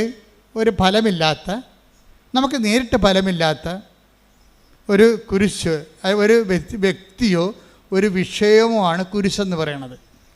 അപ്പം നമ്മൾ ക്രിസ്തുവിനെ രഹസ്യത്തിലേക്ക് പ്രവേശിക്കുമ്പോൾ പിന്നെ എന്താണ്, പത്രോസിനോട് പിന്നെ അടുത്ത വേദപാഠം പറഞ്ഞു കൊടുക്കുകയാണ്. അടുത്ത വേദപാഠം, നീ ക്രിസ്തുവാണെന്ന് അതിൻ്റെ പ്രവേശന അനുമതി കിട്ടിക്കഴിഞ്ഞപ്പോൾ പിന്നീട് അവനിപ്പോൾ എൻട്രൻസല്ലേ കിട്ടിയുള്ളൂ. പത്രോസിൻ്റെ എൻട്രൻസ് ടെസ്റ്റായിരുന്നു ഇന്ന് നടന്നത്. പത്രോസ് എൻട്രൻസ് പാസ്സായി. അപ്പോൾ ഈ പറഞ്ഞ് എൻട്രൻസ് പാസ്സായ കാര്യമല്ല, സിലബസ് വരുന്നുണ്ടെന്ന് പറയും. പിന്നെ സിലബസ് പഠിപ്പിക്കാൻ തുടങ്ങി. തുടങ്ങിയപ്പോൾ പുള്ളി പറഞ്ഞു, എനിക്ക് പഠിക്കാൻ പറ്റത്തില്ല, നീ പഠിക്കേണ്ട, ഇത് നമ്മൾ രണ്ടും കൂടി പഠിക്കാതിരുന്നാൽ മതി എന്ന് പറഞ്ഞു. എന്താ, മനുഷ്യപുത്രൻ ശത്രുകരങ്ങൾ ഏൽപ്പിക്കപ്പെടും, അതല്ലേ പറഞ്ഞത് ഇന്ന്. മാറ്റി നിർത്തി, ഇത് നീ ക്രിസ്തുവാണെന്ന് പറഞ്ഞപ്പോൾ തന്നെ എൻട്രൻസ് ഇവൻ പാസ്സായി. പക്ഷേ ഇവന് സിലബസ് പഠിപ്പിക്കാൻ തുടങ്ങിയപ്പോൾ എന്താ സിലബസിലുള്ള എന്താണ്, നമ്മൾ ജെറുസലേമിലേക്ക് പോവുകയാണ്, ഇവിടെ തന്നെ ചുറ്റവട്ടി കിടക്കുകയല്ല, നമ്മളൊരു യാത്രയിലാണ്, ജീവിതയാത്രയാണ്. ഈ ജീവിതയാത്രയിൽ നമ്മൾ ജെറുസലേമിലേക്ക് പോവുകയാണ്. ജെറുസലേം എന്ന് പറഞ്ഞാൽ എന്താണ്, നിത്യതയിലേക്ക് നമ്മൾ പോവുകയാണ്. നമ്മൾ നിത്യതയിലേക്ക് പോകുമ്പോൾ കുറച്ച് കാര്യങ്ങളൊക്കെ നമ്മൾ ശ്രദ്ധിക്കണം. നിത്യതയിലേക്കുള്ള വഴി പിന്നെ തുറന്നു പറയുകയാണ്. എൻട്രൻസ് പാസ്സായി കഴിഞ്ഞപ്പോൾ നിത്യതയിലേക്കുള്ള സിലബസ് വെക്കും ഈശോ. അതെന്താ സിലബസ്? എന്താ? എന്നെ അനുഗമിക്കാൻ ആഗ്രഹിക്കുന്നവൻ, നിത്യതയെ, ഈശോയുടെ ലക്ഷ്യം നിത്യതയല്ലേ. അപ്പം അനുഗമിക്കുക എന്ന് വെച്ച് കഴിഞ്ഞാൽ ആലപ്പുഴ വരെ പോകുകയല്ലല്ലോ. അപ്പം നിങ്ങളുടെ ഈ IELTS വരെയാണ് കാനഡയിൽ എത്തണ വരെ യേശുവിനെ അനുഗമിക്കാനാണെങ്കിൽ പണി കിട്ടാൻ സാധ്യതയുണ്ട്. സ്ലോ ആവും സാധനം. നിങ്ങളുടെ വസ്തു വിൽപ്പന മാത്രമാണ് നിങ്ങളുടെ ഉദ്ദേശം എന്നുണ്ടെങ്കിൽ ഇത് സ്ലോ ആകും. കാര്യം ദൈവത്തിൻ്റെ മാർജിൻ അവിടെ ഇല്ല. അതുകൊണ്ട് നിത്യത എന്നുള്ള വിഷയമാണ് ആദ്യമേ തന്നെ നിയോഗത്തിൽ വെക്കേണ്ടത്. പ്രാർത്ഥിക്കുക, കർത്താവായ ദൈവമേ, എന്റെ നിയോഗങ്ങളിൽ നിന്റെ പീഡാനുഭവത്തിലൂടെ മരണത്തിലൂടെ അപ്പായെ പ്രസാദിപ്പിക്കുവാൻ നീ എടുത്ത മാർഗങ്ങളിലൂടെ നിന്റെ മരണത്തിലൂടെ നീ നേടിയ നിത്യജീവനെ അവകാശമാക്കാൻ, അതെന്റെ നിയോഗമാക്കാൻ എന്നെയും അഭിഷേകം ചെയ്യണമേ.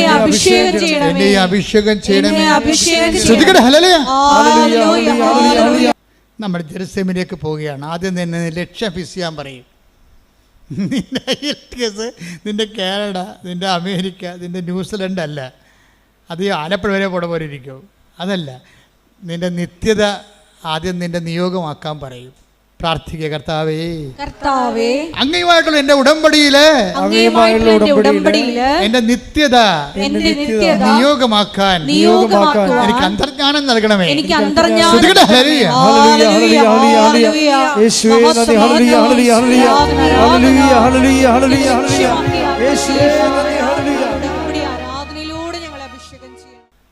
നിങ്ങളെ എൻകറേജ് ചെയ്തിരിക്കും. നിങ്ങൾ വിഷമിക്കുകയൊന്നും ചെയ്യരുത്. ഞാൻ ഇടയ്ക്ക് കുരിശൊക്കെ പറയുമ്പോൾ നിങ്ങൾ വിഷമിക്കരുത്. ഇതൊക്കെ സിമ്പിളായിട്ട് അനോയിൻറ്റിങ് കിട്ടിക്കഴിഞ്ഞാൽ എൻ്റെ ഭാരം ലഘുവാകുമെന്ന് ഈശോ പറഞ്ഞിട്ടുണ്ട്. എന്താ പറഞ്ഞത്? എൻ്റെ ഭാരം ലഘുവാകും. അത് പ്രോമിസിങ്ങിലുള്ളതാണ്. വാഗ്ദാനത്തിലുള്ളതാണ്. അതുകൊണ്ട് നിങ്ങളുടെ കുരിശിനെ ഓർത്തോളം വിഷമിക്കൊന്നും വേണ്ട. ഞാനും കുറേ കുരിശ് കണ്ടതും ഇപ്പോൾ എടുക്കുന്നതുമാണ്. അപ്പോൾ ഇതിൻ്റെ ഭാഗമായിട്ട് മുന്നോട്ട് പോകും. അപ്പോൾ അതനുസരിച്ച് നമ്മൾ എംപവർ ചെയ്തുകൊണ്ടിരിക്കും. നമ്മൾ ചിന്തിക്കേണ്ട ഒരു വിഷയം എന്ന് പറയണത് ഇപ്പോൾ തന്നെ ഇതിൻ്റെ എൻകറേജ് ചെയ്യുന്ന ഇതിൻ്റെ പകുതി ഇപ്പോൾ പത്രോസ് തന്നെ ഈശോ എന്താ പറഞ്ഞത്? നീ എൻട്രൻസ് പാസ്സായി, ഐ നോ ഇറ്റ്. പക്ഷേ ഇത് നോട്ട് ബൈ മെറിറ്റിലാണ് വന്നിരിക്കുന്നത്, ബട്ട് ബൈ ഗ്രേസാണ്. കുറച്ച് നിൻ്റെ അറിവാണ്, ബാക്കി ഗ്രേസാണ്. എന്താണ്? എൻ്റെ സ്വർഗസ്ഥനായ പിതാവാണ് നിനക്കിത്. ആ ഗ്രേസാണ് സംഭവം. അപ്പോൾ ഈ ഗ്രേസിൻ്റെ വാട്ടർ മാർക്ക് എല്ലായിടത്തും ഉണ്ടാവും. നീ സത്യസന്ധമാണെന്ന് നിയോഗം ഒന്ന് കണ്ടു കഴിഞ്ഞാൽ ദൈവത്തിന് മാത്രം ചെയ്യാനുള്ള ചില സംഭവങ്ങൾ ദൈവം നിനക്ക് തന്നുകൊണ്ടിരിക്കും. പത്രോസിന് അത്രയും വിവരമില്ല. പത്രോസിന് ഏറെക്കുറെ ഒരു ഐഡിയയേ ഉള്ളൂ ക്രിസ്തുവിനെക്കുറിച്ച്. പക്ഷേ ലോകത്തിലേക്ക് വരായിരുന്ന മിശിഹായാണെന്ന് അവൻ പറഞ്ഞു. അപ്പോൾ ലോകത്തിലേക്ക് വരായിരുന്ന മിശിഹ എന്ന് പറഞ്ഞ സംഭവം പത്രോസിൻ്റെ അല്ല, ശരിക്കും അത് പിതാവിൻ്റെതാണെന്ന് ഈശോ പറഞ്ഞു. അത് ഗ്രേസാണ്, മെറിറ്റല്ല. പ്രാർത്ഥിക്കുക. കർത്താവായ ദൈവമേ, പത്രോസിനെ സഹായിച്ചതുപോലെ നിന്നെ മനസ്സിലാക്കാൻ എനിക്കും വരപ്രസാദം നൽകി എന്നെയും നയിക്കണമേ. സ്തുതിക്കട്ടെ. ഹല്ലേലൂയ.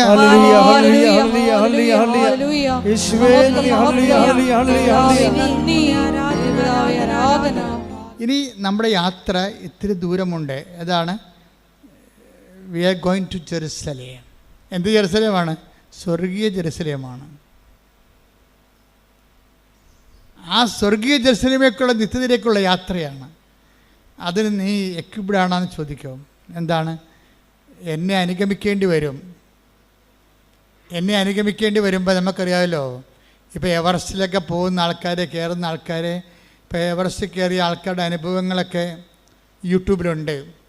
അപ്പോൾ എവറസ്റ്റിലേക്ക് കയറുന്ന വഴിക്ക്, പോകുന്ന വഴിക്ക് 8000 അടി കയറണ്ടേ. അപ്പോൾ ഒത്തിരി സായിപ്പന്മാർ കയറിയിട്ടുണ്ട്, ഒത്തിരി അവിടെയുള്ള ഈ നേപ്പാളുകാർ കയറിയിട്ടുണ്ട്. അപ്പോൾ ഇവരൊക്കെ ടെൻസിങ് ഹിലാരിയും കയറി. അപ്പോൾ ടെൻസിങ്ങിനെ എന്തിനാണ് കൂട്ടിയത്? ഹിലാരി കൂട്ടാൻ കാര്യം എന്താ? ടെൻസിങ് ഈ മല കണ്ട് വളർന്ന ആളാണ്. അയാൾക്ക് കയറി പരിചയമുണ്ട്. ആ നാട്ടുകാരനാണ്. ഇപ്പം കടലിൽ പോകുമ്പോൾ മത്സ്യത്തൊഴിലാളിനെ കൊണ്ടല്ലേ പോകാൻ പറ്റത്തുള്ളൂ. കടലിൽ അല്ലാതെ പുസ്തകം നോക്കി കടൽ നീന്തി പഠിച്ച ആൾക്കാരെ കൊണ്ടുപോകാൻ ടെക്സ്റ്റ് ബുക്കിൽ കൊണ്ടുപോകാൻ പറ്റത്തില്ലല്ലോ. അപ്പോൾ അതുകൊണ്ട് ടെൻസിങ്ങിനും കൂട്ടിയാണ് ഹിലാരി പോണത്. പക്ഷേ ഹിലാരി പോണ വഴിക്കെല്ലാം നേരത്തെ കയറിയ ആൾക്കാർ മരിച്ചു കിടപ്പുണ്ട്. ഇടക്കിടക്ക് അസ്ഥിക്ക് വജ്രാറ് കിടപ്പുണ്ട്. ചിലത് അഴുകിയിട്ട് പൊടിയില്ല. എവറസ്റ്റിൻ്റെ കൊടുമുടിയിലേക്കുള്ള യാത്രയിൽ അഴുകാത്ത ശരീരങ്ങൾ ഹിമാലയത്തിൻ്റെ സ്റ്റെപ്പുകളിൽ കിടപ്പുണ്ട്. എന്താ കാര്യം? നല്ല തണുപ്പാ. 0 വന്നിട്ട് -60 വരെ കിടപ്പുണ്ട്. അവിടെയൊക്കെ കിടക്കുന്ന ഡെഡ് ബോഡി അഴുകത്ത് പൊടിയില്ല, അങ്ങനെ കിടക്കുകയാണ്. വർഷങ്ങളെ കിടക്കുന്നവരുണ്ട്.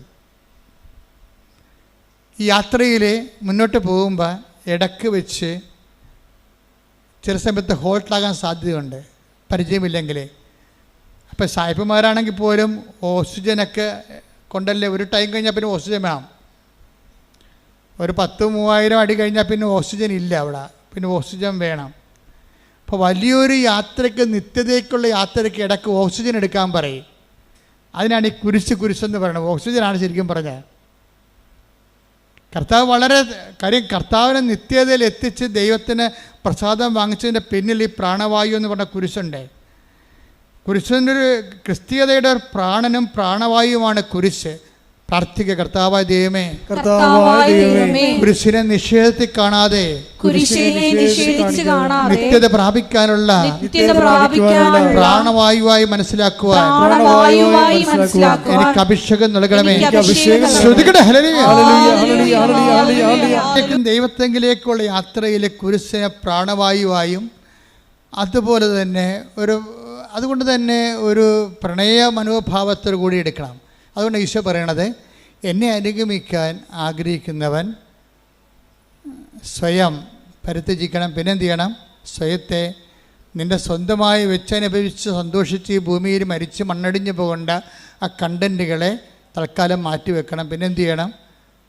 സ്വയം പരിത്യജിക്കണം. പിന്നെ കുരിശെടുക്കണം. എൻ്റെ കൂടെ വരണം. അപ്പോൾ ഇതിനകത്ത് ഉടമ്പടിയിലുണ്ടാകുന്ന ലൈറ്റ് വെയിറ്റിംഗ് ആക്കണം. എന്താണ്? പെട്ടെന്ന് എയർ ലിഫ്റ്റിംഗ് ആക്കണത് കുരിശിൻ്റെ കണ്ടൻ്റാണ്. കാര്യം കുരിശിൻ്റെ കണ്ടൻറ്റ് നിത്യതയുടെ കണ്ടൻ്റാണ്. അപ്പോൾ നീ എന്ത് ചെയ്യണം? നീ നിയോഗം വെക്കുമ്പോൾ എന്ത് ചെയ്യണം? ആ നിയോഗം എല്ലാം സ്വയം ആകരുത്. എൻ്റെ വീട്, എൻ്റെ വിവാഹം, എൻ്റെ മക്കൾ, അത് എല്ലാം 6 കാര്യം ഉണ്ടെങ്കിൽ 7 കാര്യം എഴുതി വെക്കും. എന്താണ്? അവിടെ പോയിട്ട് പശുവിൻ്റെ പ്രസവം വരെ എഴുതി വെക്കും. പിന്നെ എങ്ങനെയാണ് സംഭവം മുകളിലോട്ട് പോകണം? പാല് കുടിച്ച് നിങ്ങൾ ആ കൊച്ചു മരിച്ചോളൂ, നിങ്ങളും മരിക്കും. എല്ലാം 6-7 കാര്യം സ്വന്തം കാര്യം എഴുതി വെക്കും. ഇതിന് ജഡസന്ധതിയുടെ പരിപാടിയാണിത്. അതുകൊണ്ടാണ് ഇതൊക്കെ ഒന്ന് പഠിക്കണം. ഇത് പഠിക്കണം. ജഡസന്ധതിയെപ്പോലെ ആകരുത്. പഠിച്ചിട്ട് അതിൻ്റെ അകത്ത് മറ്റുള്ളവരെ നീ ഈ നിയോഗം നിൻ്റെ വീട്ടിൽ നിനക്കൊരു വീട് തന്നാൽ, ആ വീട് തന്നാൽ നീ ആദ്യം ആ വീട് തന്നാൽ അതുകൊണ്ട് നിനക്ക് നിൻ്റെ മക്കൾക്കും അല്ലാതെ വേറെ ആർക്കെങ്കിലും പ്രയോജനമുണ്ടോ? ചില ആൾക്കാർ വീട് കൊടുക്കുമ്പോൾ തന്നെ എന്നാ ചെയ്യുമെന്നറിയാവോ? ചില ആൾക്കാർ ഒരു വീട് നിയോഗം വെച്ച് ഉടനെ നിങ്ങൾക്ക് ഒന്നുമില്ല, പാവപ്പെട്ടവരാണെങ്കിൽ ലൈഫ് മിഷൻ്റെ വീട് കിട്ടിയെന്ന് വിചാരിച്ചോ? ആ ലൈഫ് മിഷൻ്റെ വീട് കിട്ടിക്കഴിഞ്ഞാൽ പിന്നെ അതിൻ്റെ അകത്ത് കുരിശുണ്ട്. പിന്നെ ഇവർ കുരിശുണ്ടാക്കും, സ്വന്തമായിട്ട് കുരിശുണ്ടാക്കും. എങ്ങനെ കുരിശുണ്ടാക്കണത്? നിങ്ങൾ ചേട്ടായി ആണല്ലോ, തീർച്ചയായിട്ടും 3 സെൻറ്റ് അവകാശമുണ്ട് 10 സെൻറ്റിൽ.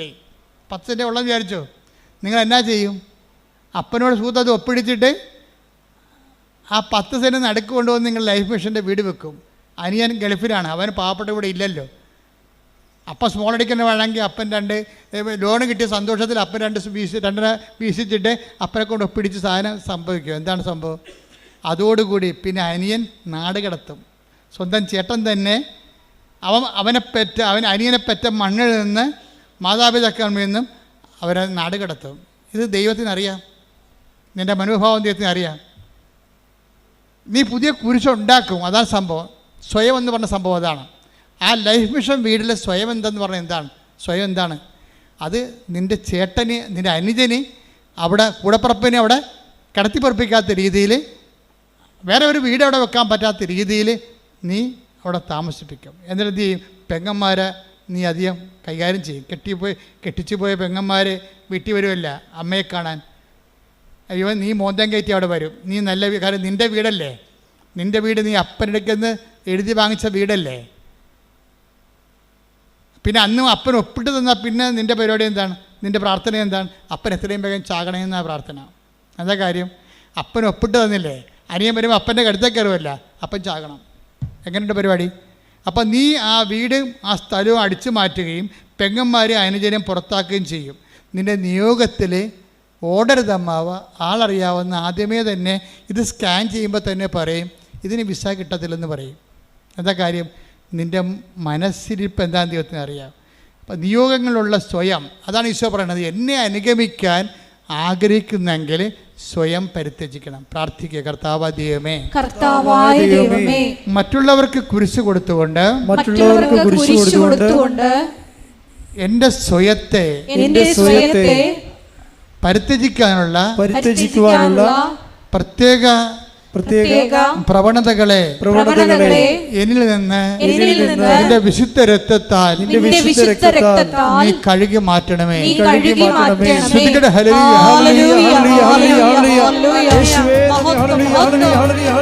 അങ്ങനെ ഭാരം കുറഞ്ഞതാക്കാം. അതിനകത്തുള്ള സ്വയം കണ്ടൻറ്റുകളെ നിങ്ങൾ വാറ്റിക്കളഞ്ഞാൽ മതി. സ്വയം കണ്ടൻറ്റുകൾ. എന്നിട്ട് എന്ത് ചെയ്യണം? കുരിശ് ആഡ് ചെയ്യണം. എന്ന് വെച്ചാൽ എൻ്റെ അർത്ഥം എന്താണ്? കുരിശ് ആഡ് ചെയ്യണം എന്ന് പറഞ്ഞാൽ എന്താണ്? നിങ്ങൾ രക്ഷപ്പെട്ടാൽ മറ്റുള്ളവരെയും രക്ഷപ്പെടുത്തും. അതാണ് കുരിശ് ആഡ് ചെയ്യണത്. മനസ്സിലായില്ലേ? നിങ്ങളുടെ നിയോഗങ്ങളിൽ ഗ്യാരണ്ടി മറ്റുള്ളവരുടെ രക്ഷ. ഈ ദിവസങ്ങളിലെ റിനു റോജിൻ എന്ന് പറഞ്ഞൊരു ദമ്പതികൾ സാക്ഷ്യം പറഞ്ഞു. റിനു റോജിൻ അത് ഒരു 1.5 സാക്ഷ്യമാണ്. കുറേ ഘട്ടങ്ങളുണ്ട്, 13 ഘട്ടങ്ങളാൻ പറ്റിയ സാക്ഷ്യത്തിനുണ്ട്. ഞാൻ എല്ലാം ഒന്നും പറയാൻ ഉദ്ദേശിക്കണില്ല. അതിൻ്റെ ഒരു ഉദ്ദേശം, റിനു റോജിൻ ദമ്പതികളാണവർ. പെട്ടെന്ന് ഈ ഭർത്താവിന് ഒരു പനി വരും. 6 ഡിഗ്രി, അതായത് 106 ഡിഗ്രി. അതിൻ്റെ കാരണം ഒരു പ്രത്യേകതരം ബാക്ടീരിയ ഈ മനുഷ്യൻ്റെ ശരീരത്തിൽ കയറും. എവിടുന്നാണ് കയറിയെന്നൊക്കെ അവൾ പറയുന്നുണ്ട്. അത് അംബിഗസ്, അത് ശരിയാണോ ഇല്ലെന്ന് നമുക്ക് ടെസ്റ്റിഫൈഡ് അല്ലാത്തതുകൊണ്ട് ഞാൻ പറയുന്നില്ല.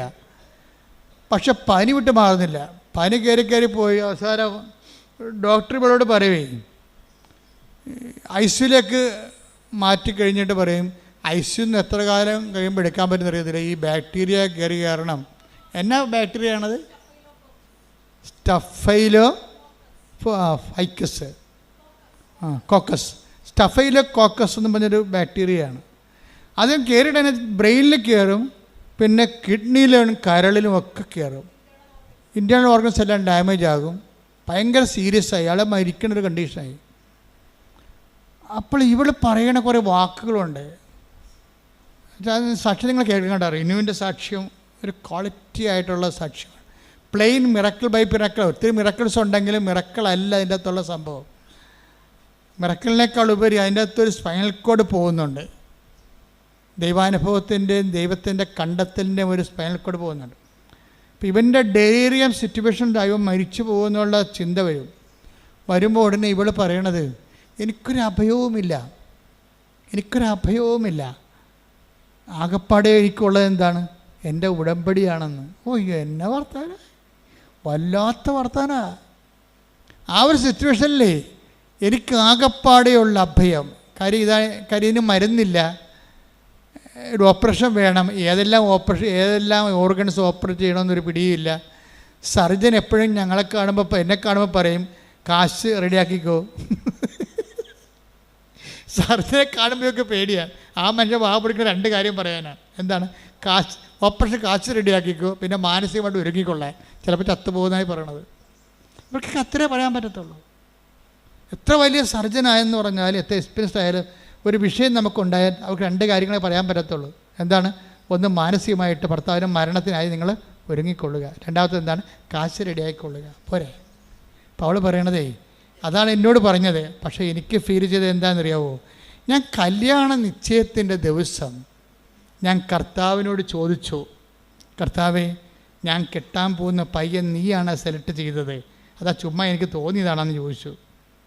നീ അല്ല സെലക്ട് ചെയ്തെങ്കിൽ ഇപ്പം പറയണം, ഞാൻ ഇപ്പോൾ ഉപേക്ഷിക്കാൻ തയ്യാറാണ്, കല്യാണം വേണ്ട.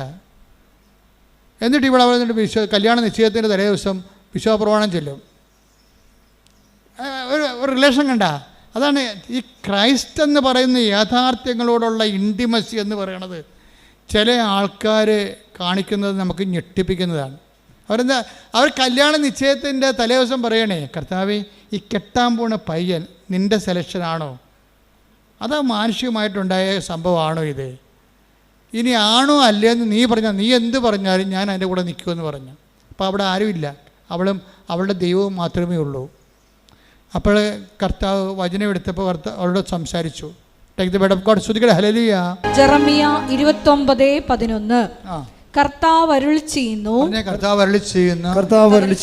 നിങ്ങളെക്കുറിച്ചുള്ള പദ്ധതി എന്റെ മനസ്സിലുണ്ട്. നിങ്ങളുടെ നാശത്തിനല്ല, ക്ഷേമത്തിനുള്ള പദ്ധതിയാണത്. നിങ്ങൾക്ക് ശുഭമായ ഭാവിയും പ്രത്യാശയും നൽകുന്ന പദ്ധതി. ഇപ്പോൾ ദൈവത്തിന് നമ്മളുടെ സത്യസന്ധത പിടികിട്ടിക്കഴിഞ്ഞാൽ പിന്നെ ദൈവം കമ്മ്യൂണിക്കബിൾ ആവും. നിങ്ങളൊക്കെ ഈ വചനമൊക്കെ ഇടയ്ക്കിടയ്ക്ക് തുറന്നു നോക്കണതാണേ. എന്നിട്ട് തുറന്നു നോക്കിച്ചു, അതങ്ങനെയാണ്, അതങ്ങനെയല്ല, അതിങ്ങനെ ഇരിക്കുമെന്ന് പറയും. നിങ്ങളുടെ ഇഷ്ടത്തിനനുസരിച്ച് വചനം, നിങ്ങളുടെ സുഖത്തിനനുസരിച്ച്, താല്പര്യത്തിനനുസരിച്ച് നിങ്ങൾ വചനം വളച്ചൊടിക്കും. അത് കർത്താവിനറിയാം. ചുമ്മാ ദൈവത്തെ പറ്റിക്കാൻ വേണ്ടി വചനം നോക്കണമെന്നറിയാം. വചനം നോക്കുന്നവരെ 1-1.5 ജപമാലയൊക്കെ ചൊല്ലി അവിടെ കുത്തിയിരുന്ന് നേരത്തെ ഒന്ന് പോയി കുമ്പസാരിച്ച് വിശുദ്ധീകരിച്ച് ദൈവത്തിന് തോന്നണം നിങ്ങൾ ദൈവത്തിൻ്റെ മനസ്സ് അറിയാൻ വേണ്ടിയാണ് എടുക്കണമെന്ന്. തന്നെയല്ല, മുൻകാല വചനം നോക്കുന്നവരോട് ഷാർപ്പാകണമെങ്കിൽ മുൻകാല അനുഭവങ്ങൾ വേണം ദൈവത്തിന്. മുൻകാല അനുഭവങ്ങൾ എന്ന് പറഞ്ഞാൽ എന്താണെന്നറിയാമോ? അതായത് വചനത്തിലൂടെ സ്വപ്നത്തിലൂടെ ദൈവത്തിന് കമ്മ്യൂണിക്കേറ്റ് ചെയ്യണമെങ്കിൽ ഒരു പഞ്ഞവുമില്ല. ദൈവം ആരോടും കമ്മ്യൂണിക്കേറ്റ് ചെയ്യാൻ പ്രത്യേകിച്ച് വിദ്യാഭ്യാസം വേണ്ട. അതിനെന്താണ് എളുപ്പമെന്ന് വെച്ചാൽ, നിങ്ങൾ നേരത്തെ കിട്ടിയ വചനം അനുസരിച്ചാണ് ജീവിച്ചതെന്നുള്ള ഫോർമൽ റെക്കോർഡ്സാണ് പ്രശ്നം. അത് ഭയങ്കര സീരിയസ് വിഷയമാണ്. പഴയ റെക്കോർഡ്സ് ഇല്ലേ, നിങ്ങൾ നേരത്തെയൊക്കെ വചനം എടുത്തിട്ടുള്ളതാണല്ലോ. അപ്പോഴും നിങ്ങൾ എന്നിട്ട് ആ വചനത്തിനെതിരായിട്ടായിരിക്കും ചെയ്യണത്. കർത്താവ് പറഞ്ഞ ആ സ്ഥലം എടുക്കരുതെന്ന് പറഞ്ഞു. ചിലപ്പോൾ ആ സ്ഥലം എടുക്കാൻ വേണ്ടി വചനം നിങ്ങൾക്ക് സ്ഥലം വേണം, അതെടുക്കാനുള്ള വചനം നിങ്ങൾ പ്രാർത്ഥിച്ച് എടുത്തു കഴിഞ്ഞപ്പോൾ ചിലപ്പോൾ ഹക്കൽ ദേമാ രക്തത്തിൻ്റെ പറമ്പെന്നുള്ള വചനമായിരിക്കും ചിലപ്പോൾ കിട്ടിയത്. അപ്പോഴതിൻ്റെ അർത്ഥം എന്താണ്? അതെടുക്കരുതെന്നല്ല എൻ്റെ അർത്ഥം. പക്ഷേ നിങ്ങളെന്ത് ചെയ്യും? അയ്യോ അതെങ്ങനെ ചെയ്യാം, ഞാനെടുത്തില്ല അവളാട്ട് കയറി എടുക്കുമെന്ന് പറയും. ഇത് മനസ്സിലായില്ലേ? വേറെ ഒരുത്തി വീടിൻ്റെ പുറകിൽ താമസിക്കുന്നുണ്ട്, ഞാനെടുത്തില്ലെങ്കിൽ ആ പറമ്പ് അവൾ കയറി അടിക്കും, പിന്നെ അവളുടെ പൊങ്ങച്ചത് ഞാൻ കാണണം. അതിപ്പോൾ ഞാൻ ഉപയോഗിക്കണ്ടല്ലോ, മക്കൾക്ക് കൊടുത്താൽ മതി, അല്ലെ വിൽക്കാൻ വേണ്ടിയല്ലേ ഞാനെടുക്കും. ഇങ്ങനെ തരികിട തട്ടാമുടിയൊക്കെ പറയും ദൈവത്തോട്, ഇതിൽ സ്ഥലം എടുക്കും. അപ്പോൾ തന്നെ നിൻ്റെ കാര്യത്തിലൊരു തീരുമാനമാകും. എന്താ കാര്യം?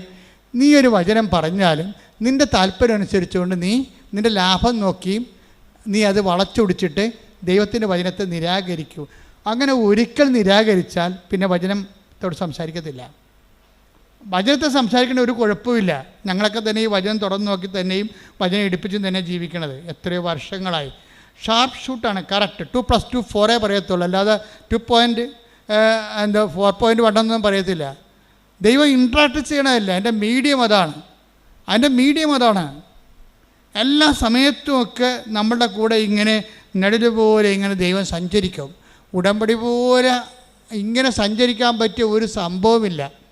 കാര്യം മറ്റേത് പ്രാർത്ഥന നോക്കിയാലും ഉടമ്പടി 10 പേരെടുത്താൽ അവർ സത്യസന്ധരാണെങ്കിൽ 10 പേരുടെ കൂടെയും ദൈവം സഞ്ചരിക്കും. സ്വപ്നം, ദർശനമെങ്കിൽ ദർശനം. ഇപ്പം കഴിഞ്ഞ ദിവസം ഒരു മോൾ സാക്ഷ്യം പറഞ്ഞു, ദൈവമേ നീ എന്നെ കൈവിട്ട, ഞാൻ പാപ്പരായല്ല എന്ന് ഞാൻ ചിന്തിച്ച് വിഷമിക്കണ ആ സമയത്ത് തന്നെ കൃപാസനത്തിൽ മാതാവിൻ്റെ മുമ്പിൽ 16 നൂറുകണക്കിന് മെഴുകുതിരി കത്തിക്കണ മാതാവിൻ്റെ ഫ്രണ്ട് വശത്ത് ഞാൻ നിൽക്കുമ്പോൾ എനിക്കടിക്കണ ഒരു മെഴുകുതിരിയുടെ ഉരുകിയ മണമുണ്ട്, അതെന്നെ പാസ് ചെയ്ത് പോയെന്ന്. അപ്പോൾ എനിക്ക് മനസ്സിലായി അമ്മ കൈവിട്ടിട്ടില്ല, അമ്മ എൻ്റെ കൂടെയുണ്ടെന്ന്. അതായത് ഇപ്പം ഞാൻ തന്നെ, അതായത് ഞാൻ കഴിഞ്ഞ ദിവസങ്ങളിൽ എനിക്കൊരു അമേരിക്കൻ ധ്യാനം വന്നു. അപ്പോൾ ഞാൻ കൽക്കട്ടയിൽ പോയി വിസ ഇൻ്റർവ്യൂ നിൽക്കുകയാണ്. അപ്പോൾ എൻ്റെ 160 ഫോം കാണാനില്ല പോയി. അപ്പോൾ ഞാനവിടെ അത് പോയാൽ പിന്നെ ഇൻ്റർവ്യൂ നടക്കത്തില്ല. ഞാനവിടെ നിന്ന് കൂളായിട്ട് ജവമാല ചൊല്ലിക്കൊണ്ട് നിൽക്കുകയാണ്. അപ്പോൾ അവരയാൾ പറഞ്ഞ് കയറാൻ പറ്റത്തില്ല, നിങ്ങളുടെ ബയോമെട്രിയുടെ പേപ്പർ കാണാനില്ലെന്ന് പറഞ്ഞു. അപ്പോൾ ഞാൻ അവിടെ കൂടാതെ നിൽക്കുകയാണ്. ഞാൻ കൂടെ നിൽക്കുകയാണ്. സാർ എൻ്റെ ഉണ്ടായിരുന്നതാണ്, 25 കിലോമീറ്റർ അകലെയാണ് എൻ്റെ ഹോട്ടൽ, വേണമെങ്കിൽ ഇപ്പോൾ എടുത്തുകൊണ്ട് വരാം, പക്ഷേ ഇവിടെ എൻ്റെ രേഖകൾ കാണുമല്ലോ, സാർ ഒന്ന് സഹായിക്കണമെന്നൊക്കെ പറഞ്ഞു. ഞാൻ നിൽക്കണം. നിൽക്കുമ്പോൾ ഞാനോടത്ത് ഈശോ ഇതിൻ്റെ അകത്ത് വല്ല കേസും ഉണ്ടോ എന്ന് ചോദിച്ചു. കേസ് അപ്പോൾ എന്നിട്ട് അവസാനം ഈ മനുഷ്യന് ഒരു അറിവ് തോന്നിയിട്ട് അവിടെ ഇൻ്റർവ്യൂവിൻ്റെ ഇടയ്ക്കൂടി എന്നെ കയറ്റിക്കൊണ്ടുപോയി അവിടെ ഇൻ്റർവ്യൂ നടക്കി. ഞാൻ ചെല്ലുമ്പോൾ പല കൗണ്ടേഴ്സാണ്. കൗണ്ട് ചെയ്യുമ്പോൾ ഈ അമ്മ എന്നോട് പറഞ്ഞ് നീ കൗണ്ടറിൻ്റെ എണ്ണം നോക്കാൻ പറഞ്ഞു. അപ്പോൾ ഞങ്ങൾക്ക് എണ്ണം നോക്കിയപ്പോൾ നമ്പർ 6 ആണ്. അപ്പം ഇറ്റ്സ് ഓക്കെ, ഇനി പോയാലും പോയില്ലെങ്കിലും കുഴപ്പമില്ല, എന്താ കാര്യം അമ്മ കൂടെ ഉണ്ടല്ലോ, അത് മതി. നമ്പർ 6 ആരുടെ നമ്പരാ? അമ്മയുടെ നമ്പരാ. അത് നിങ്ങളെപ്പോഴും സൂക്ഷ്മതയുള്ളവരായിരിക്കണം. എല്ലാ സമയത്തും ഈ പ്രസൻസ് എന്ന് പറഞ്ഞ ഉടമ്പടിയുടെ ഒരു ഇട്ടിവെട്ട് സംഭവമാണ്. അത് ഈ ഉടമ്പടി എന്ന് പറയുമ്പോൾ മറ്റേതെന്ത് ഇത് ഗ്യാരണ്ടീഡ് അല്ലേ? കാര്യം ദൈവം വാഗ്ദാനം ചെയ്ത അതേ ഫോർമുല നമ്മൾ കണിശവും കൃത്യവുമായിട്ട് പ്രയോഗിച്ചുകൊണ്ട് ഒരു ആധ്യാത്മിക മുന്നേറ്റത്തിൽ നടത്തുമ്പോൾ നീ കറക്റ്റ് ദൈവപൈതലായിട്ട് മാറുകയല്ലേ. അപ്പോൾ ആ ദൈവപൈതലായിട്ട് മാറണ സമയത്ത് സ്വാഭാവികമായിട്ട് ദൈവത്തിൻ്റെ സാന്നിധ്യം ഉറപ്പാണ്. അതുകൊണ്ട് നിൻ്റെ സ്വപ്നങ്ങൾ നീ ശ്രദ്ധിക്കണം. ഞാൻ ഇടയ്ക്കൊക്കെ ആൾക്കാരോട് പറയുവേ, ഈ ദൈവം വരുന്ന ദേശീയപാതയാണ്. ഉടമ്പടി കഴിഞ്ഞാൽ പിന്നെ നമ്മുടെ ദൈവവും നമ്മളുള്ള ബന്ധം പഞ്ചായത്ത് റോഡിൽ നിന്ന് സ്റ്റേറ്റ് ഹൈവേ നിന്ന് മാറിയിട്ട് ദേശീയപാതയായിട്ട് മാറും. അല്ലെങ്കിൽ നമ്മൾ മാറ്റണം അതിനെ. ഇപ്പം ദേശീയപാത എന്താ സംഭവിക്കണത്? ദേശീയപാത ഡൽഹിയിൽ നിന്ന് കന്യാകുമാരിയിലോട്ട് പോകണ വേറെ ദീർഘദൂര പാതയാണ്. അവരെന്ത് ചെയ്യും? ആ ദീർഘദൂരമുള്ള ആൾക്കാർക്ക് വേണ്ടി സേഫാകാൻ ഇടയ്ക്ക് പട്ടി ചാടി വീഴുക, കഴുത പശു വന്ന് കയറുക. വടക്കേട്ടിലൊക്കെ ചെല്ലുമ്പോൾ പശുവാണ് നേരെ റോഡിൽ കൂടെ നടക്കണം മുഴുവനും. ഞാൻ തന്നെ അത്ഭുതപ്പെട്ടു പോയി. ഓട്ടോറിക്ഷയും ആൾക്കാരും സൈക്കിൾ റിക്ഷയും ഇതിൻ്റെയൊക്കെ കാറും പശുവും എല്ലാം കൂടി നടക്കണുണ്ട്. കഴിഞ്ഞ ദിവസങ്ങളൊക്കെ ഉത്തർപ്രദേശിലും ബീഹാറിലൊക്കെ ഞാൻ പോയി. അപ്പോൾ അവിടെ എല്ലാം ഇത് തന്നെ അവസ്ഥ. അപ്പോൾ അവിടെ അതായത് ഇതുപോലെയുള്ള അവസ്ഥകൾ മാറ്റിയിട്ട് ഇത് എല്ലാവരും കയറി നിരങ്ങണ ഒരു റോഡല്ല ദൂരയാത്രയ്ക്ക് ഉപയോഗിക്കണത്. അത് 2 സ്ഥലത്തും മതിൽ കെട്ടിയിട്ട് ദൂരയാത്രക്കാരെ മാത്രം സേഫ് ചെയ്യാൻ, ലോക്കലായിട്ടുള്ള ചെറിയ ദൂരത്തിൽ പോണവർക്കെല്ലാം സർവീസ് റോഡ് കൊടുത്തിരിക്കുകയാണ് ഗവൺമെൻറ്. നിങ്ങൾ ഉടമ്പടി എടുക്കുമ്പോൾ ഉടമ്പടി ഒരു ദീർഘദൂര യാത്രയാണ്. അതുകൊണ്ട് ആവശ്യമില്ലാത്തതൊക്കെ ഒഴിവാക്കിയേക്കണം. പട്ടി പാച്ചു കഴുത ആവശ്യമില്ലാത്തൊക്കെ പോയി നിരങ്ങരുത്, എല്ലാത്തിനകത്ത് പോയി വാർത്തലക്ക് പിടിക്കരുത്. അതിന് ഇപ്പോൾ കൃപാസനത്തിൽ എനിക്കൊരു പോളിസിയുണ്ട്. കാര്യം ഞാൻ ഇമ്പോർട്ടൻസ് കൊടുക്കണമെന്നുണ്ടെങ്കിൽ ഇവിടുത്തെ സാക്ഷ്യം കുറഞ്ഞാൽ മാത്രമേ ഞാൻ ഇമ്പോർട്ടൻസ് കൊടുക്കത്തുള്ളൂ. അല്ലെങ്കിൽ ഉടമ്പടിയിലുള്ള അനുഭവങ്ങൾ കുറയുന്നുണ്ടെങ്കിൽ മാത്രമേ ഞാൻ ഇമ്പോർട്ടൻസ് കൊടുത്തുള്ളൂ. ബാക്കിയുള്ള കാര്യങ്ങൾക്ക് ഒരു കറക്ഷൻ കൊടുക്കും, അത്രേ ഉള്ളൂ. ആ ചാപ്റ്റർ അടിച്ച് ക്ലോസ് ചെയ്യും. ഒന്നെങ്കിൽ അയാളെ ഞാൻ ക്ലോസ് ചെയ്യും, അല്ലെങ്കിൽ അയാളുടെ ഈ കൃപാസനത്തിലുള്ള ഓരോ കൗണ്ടറിലൊക്കെ ഓരോ ആൾക്കാർ ഇരിപ്പില്ലേ, ആ കൗണ്ടറിലുള്ള അവരുടെ ജോലി ഞാൻ ക്ലോസ് ചെയ്യും. അല്ലെന്നുണ്ടെങ്കിൽ അവരുമായിട്ട് മുന്നോട്ട് പോകത്തില്ല. എന്താ കാര്യം? അതൊക്കെ ലോക്കൽ പരിപാടികളാണ്. നമുക്ക് ആ ലക്ഷ്യങ്ങളില്ല. നമ്മുടെ ലക്ഷ്യം നമ്മൾ ദേശീയ പാതയിലൂടെ സഞ്ചരിക്കുന്നതാണ്.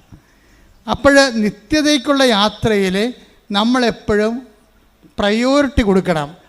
ഇപ്പോൾ ആ നാത്തിനുമായിട്ട് ഇടിവെച്ച്, അമ്മായിയമ്മയുമായിട്ട് ഇടിവെച്ച്, മരുമകളുമായിട്ട് ഇടിവെച്ച്, പിന്നെ ഓരോ കാര്യത്തിനും കയറി നിങ്ങൾ കെട്ടുപിണഞ്ഞ് അങ്ങനെ ഒന്നും ചെയ്യാൻ പാടില്ല. അത് മതിൽ കെട്ടി തിരിച്ചിട്ട് കഴുതയും പശുവൊക്കെ പോകാൻ വേണ്ടി സർവീസ് റോഡ് വെച്ചേക്കണം. അത് നിങ്ങൾ നിത്യതയിലേക്ക് പോണ വഴിയാണ്. നിത്യതയിലേക്കുള്ള വഴിയിൽ നല്ല ആവശ്യമില്ലാത്ത ട്രാഫിക് ഉണ്ടാക്കരുത്. U got the point. Pedia ആവശ്യമില്ലാത്ത വണ്ടി പോയി തലയിടരുതെന്നാണ് ഈ പറഞ്ഞോളൂ. വെച്ചാൽ ഓരോരുത്തരെ കുറിച്ചൊക്കെ ഇങ്ങനെ പറഞ്ഞുകൊണ്ടിരിക്കും. പക്ഷേ ദി ഹാവ് നോ ഐഡിയ. നിങ്ങൾ മൂളിക്ക് വെക്കും, ചിലപ്പോൾ അവരോട് ചിലപ്പോൾ യെസ് ഓർ നോ പറയും, അത്രേ ഉള്ളൂ. പക്ഷേ നിങ്ങൾ പേഴ്സണലായിട്ടും അതിനകത്ത് ഇൻവോൾവ് ചെയ്യരുത്. കാര്യം എന്താ? നിങ്ങൾ ഉടമ്പടിയിലാണ് പ്രാർത്ഥിക്കുക. കർത്താവായ ദൈവമേ, അങ്ങയുമായി ഉടമ്പടിയിലായിട്ടുള്ള നിത്യതയുടെ ദേശീയപാതയിൽ സഞ്ചരിക്കുന്ന എന്നെ ആ പാതയിലൂടെ നിത്യത വരെ സഞ്ചരിക്കുന്നതിന് പിൻപിടുത്തം ചെയ്യുന്ന എല്ലാ വിഷയങ്ങളുടെ മേലും എനിക്ക് വിടുതൽ നൽകണമേ. ശ്രദ്ധിക്കട്ടെ.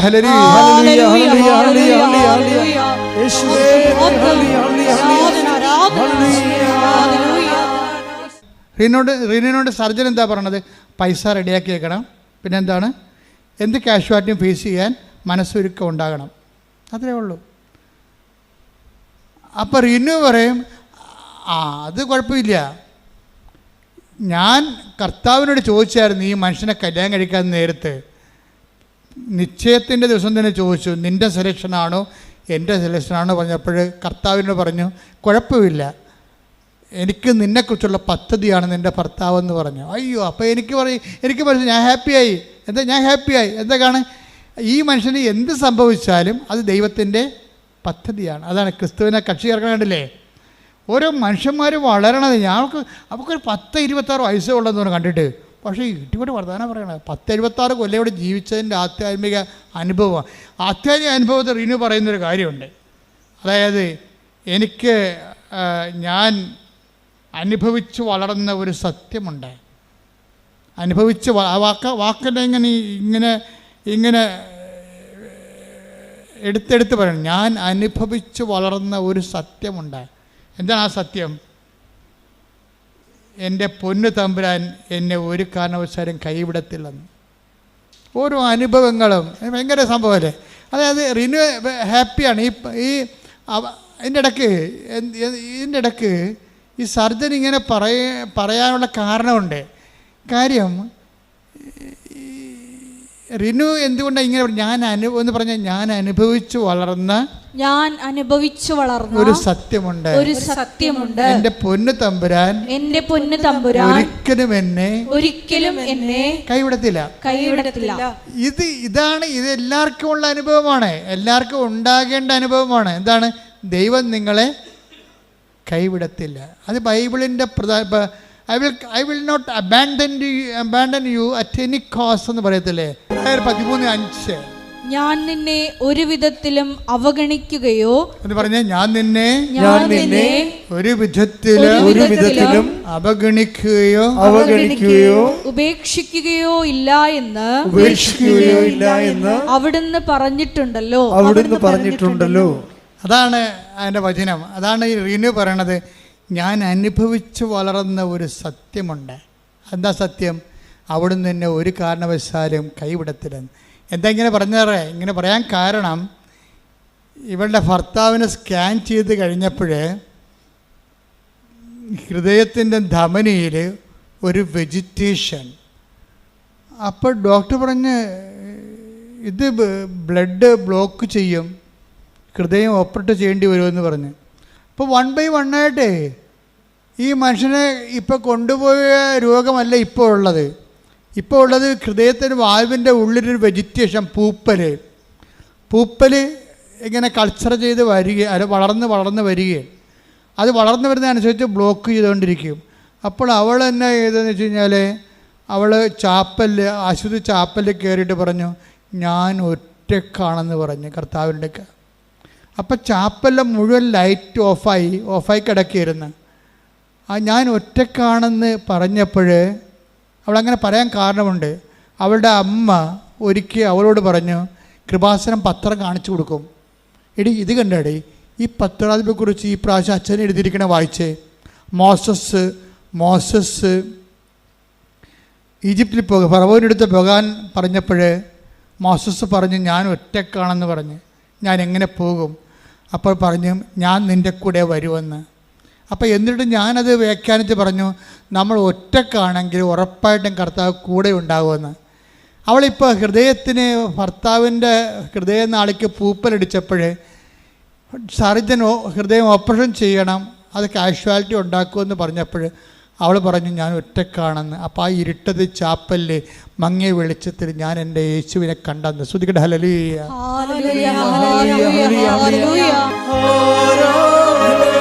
ഓപ്പറേഷന് വേണ്ടി സർജൻ നിർബന്ധിക്കുമ്പോൾ ഇത് എന്ത് കാഴ്ചയാണ് സംഭവിക്കുമെന്ന് ഓർത്തുകൊണ്ട് ഭർത്താവ് തന്നെ അവൾ പറയും, ഞാൻ ഇനി അമ്മയുടെ അടുത്ത് നിന്ന് പോയിട്ട് വരാമെന്ന് പറയും. അപ്പോൾ ഭർത്താവ് ചോദിക്കും, റോജിൻ ചോദിക്കും, റിനു നിനക്ക് ഇപ്പം പോകണോ? എന്താണ് എൻ്റെ അവസ്ഥ? മോശമാണ്, ചിലപ്പോൾ നീ വരുമ്പോൾ ഞാൻ ഉണ്ടായില്ലെന്ന് വരും. ആ ചോദ്യം കേൾക്കുന്നത് നമ്മളെ കണ്ടാലേ അത് മനസ്സിലാകത്തുള്ളൂ.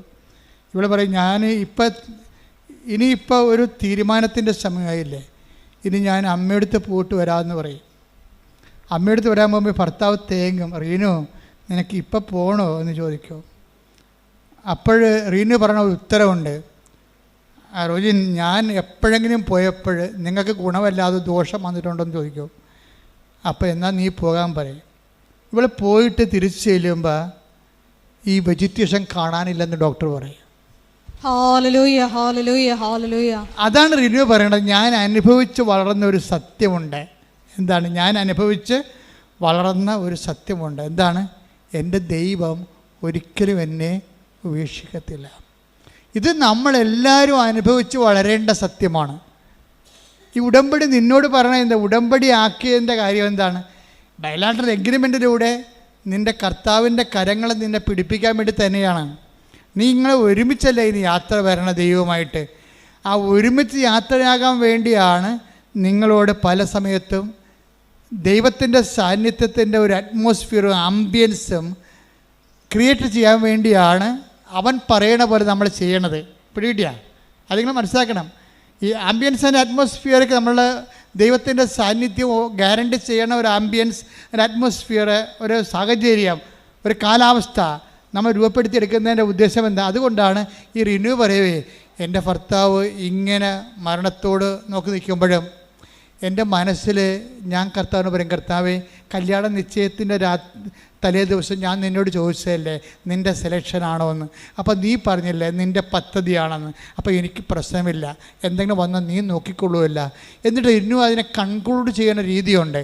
വൺസ് നമ്മൾ ദൈവത്തിൻ്റെ ഇഷ്ടമാണ് എടുത്തതെങ്കിൽ പിന്നെ നമുക്ക് ധൈര്യമായിട്ട് ജീവിക്കാവുന്ന എല്ലാ വിഷയങ്ങളും നമ്മൾ ദൈവത്തിൻ്റെ ഇഷ്ടമാണ് എടുത്തതെങ്കിൽ എല്ലാ വിഷയത്തിലും നമുക്കൊരു ഇഷ്ടമുണ്ടാകും. കാര്യം അതെല്ലാം കമ്പാരിറ്റീവായിട്ടുള്ള ഇഷ്ടമാണ്. മറ്റുള്ളവരുടെ ഓരോ കാര്യം കണ്ടിട്ടാണ് നമ്മൾ അതുപോലെയൊക്കെ ആകാൻ വേണ്ടി ശ്വാസം പിടിച്ച് നടക്കണത്. അല്ല, നമ്മളെ സംബന്ധിച്ചിടത്തോളം എനിക്ക് നിന്നെക്കുറിച്ച് പദ്ധതി ഉണ്ടെന്നല്ല, അല്ല എല്ലാവരെയും കുറിച്ചുള്ള പദ്ധതിയും ഒരു കളക്റ്റീവായിട്ടുള്ള പദ്ധതി അല്ല, ഒരു പേഴ്സണലായിട്ടുള്ള പ്രോജക്റ്റാണ്, ഒരു കളക്റ്റീവ് പ്രോജക്റ്റ് അല്ല. എനിക്ക് നിന്നെക്കുറിച്ചൊരു പദ്ധതിയുണ്ട്. അപ്പോൾ ചിലപ്പോൾ നിൻ്റെ അനിയത്തിക്കുള്ള പദ്ധതി ആയിരിക്കത്തില്ല നിനക്കുണ്ട പദ്ധതി. അതെപ്പോഴും നിങ്ങൾ മനസ്സിലാക്കണം. അനിയത്തിക്ക് എന്താ ഒരു കുഴപ്പമില്ല, നീ ഇപ്പോഴും കല്യാണം കഴിച്ചിട്ടില്ല, നീ ചേടത്തിയാണ്. അനിയത്തി ഒരുത്തനല്ല, അവൾക്ക് 19 വയസ്സായപ്പോൾ തന്നെ അവൾ ലൈനടിച്ച് കല്യാണം കഴിച്ചു. അവൾ ആ കൊല്ലം തന്നെ പ്രഗ്നൻ്റായി. ഇപ്പോൾ എന്താണ്, നീ എന്ത് പറ്റി? നീ ഇപ്പോഴും കല്യാണം കഴിച്ചിട്ടില്ല, പ്രഗ്നൻ്റ് അല്ല, നീ ചേടത്തിയാണ്. നീ എന്ന കുഞ്ഞുനാൾ തൊട്ട് മാതാവിൻ്റെ ദൈവത്തിന് മാറാതെ നടക്കുന്ന ആളാണ്. കണ്ടില്ലേ അനുഭവങ്ങൾ? എന്തെങ്കിലും ദൈവത്തിൽ നേടിയെടുക്കാനുള്ള ഭൗതികമായ ലക്ഷ്യങ്ങൾ വെച്ചുകൊണ്ട് നീ ദൈവത്തെ ലക്ഷ്യം വെച്ചാൽ ദൈവത്തെ നിനക്ക് നഷ്ടപ്പെട്ടിരിക്കും. എന്താ കാര്യം? ദൈവത്തിൻ്റെ പദ്ധതി, ചേടത്തിക്കൊരു പദ്ധതി ഉണ്ടാകും, അനിയത്തിക്ക് പദ്ധതി വേറെ ആയിരിക്കും. അതുകൊണ്ടാണ് പറയണത് 29:11, എനിക്ക് നിന്നെക്കുറിച്ച് പദ്ധതി ഉണ്ടല്ല, നിങ്ങളെക്കുറിച്ച് കുടുംബത്തിൽ മൊത്തം പദ്ധതി ഉണ്ടെന്നല്ല, ചില പദ്ധതികൾ പേഴ്സണലാണ്. പ്രാർത്ഥിക്കുക. കർത്താവായ ദൈവമേ, എൻ്റെ ജീവിതത്തിന്റെ അനുഭവങ്ങളെ മറ്റുള്ളവരുമായി താരതമ്യം ചെയ്യാതെ അത് ദൈവവും ഞാനും തമ്മിലുള്ള നിത്യരക്ഷയെ അവലംബമാക്കുന്ന ദൈവത്തിന്റെ സ്വകാര്യ സ്നേഹത്തിന്റെ പദ്ധതിയാണെന്ന് വിവേചിച്ച് മനസ്സിലാക്കാൻ എനിക്ക് പ്രത്യേക അഭിഷേകം നൽകണമേ.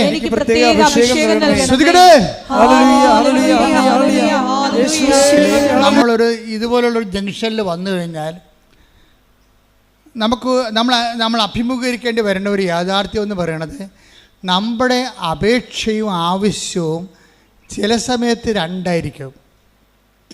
അനുഭവത്തിൻ്റെ യാത്രയിൽ നമ്മളൊരു ജംഗ്ഷനിൽ വന്നു കഴിഞ്ഞാൽ, ജംഗ്ഷൻ എന്ന് വെച്ചാൽ അങ്ങോട്ട് പോകണം ഇങ്ങോട്ട് പോകണം എന്നറിയാൻ പല തിരഞ്ഞെടുപ്പിൻ്റെ മുഖത്തേക്ക് വന്നു കഴിഞ്ഞാൽ നമ്മൾ ശ്രദ്ധിക്കേണ്ട ഒരു കാര്യം, ചില വിഷയങ്ങൾക്ക് ചിലപ്പോൾ നമ്മളുടെ അപേക്ഷ വേറെ ആവശ്യം വേറെ ആയിരിക്കും.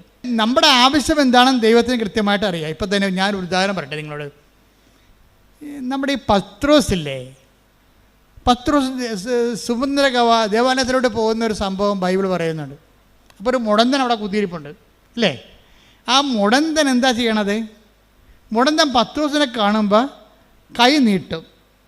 എന്തിനാണ് കൈ നീട്ടണത്? അയാളിൽ നിന്ന് വല്ലതും കിട്ടുമെന്ന് ഓർത്തിട്ടാണ് കൈ നീട്ടണം. മുടന്തൻ്റെ ആവശ്യം എന്താ? മുടന്തൻ്റെ അപേക്ഷ എന്താ?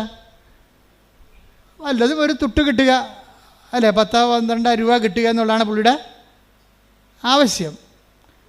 പക്ഷേ പത്രോസ് വിവേചിക്കണത് എന്താണ്? ആവശ്യമല്ല, പിന്നെന്താണ്? അല്ല, അപേക്ഷ അല്ല, പിന്നെന്താണ്? ആവശ്യമാണ്. അവൻ്റെ ആവശ്യം എന്താണ്? ഇവൻ്റെ ആവശ്യം മുടന്ത് മാറ്റുകയാണ്. ഇത് തന്നെ ഈ നിയോഗം വെക്കുമ്പോൾ ശ്രദ്ധിക്കേണ്ട കാര്യമാണ്. ആ 3:5 എടുത്തേ, നടപടി പുസ്തകം. നടപടി 3:5. അവരുടെ പക്കൽ നിന്ന് എന്തെങ്കിലും കിട്ടുമെന്ന് പ്രതീക്ഷിച്ച് പറഞ്ഞ് അവരുടെ പക്കൽ നിന്ന് എന്തെങ്കിലും കിട്ടുമെന്ന് പ്രതീക്ഷിച്ച് അവൻ അവരെ നോക്കി പത്രോസ് പറഞ്ഞു, വെള്ളിയോ സ്വർണമോ എന്റെ കയ്യിലില്ല,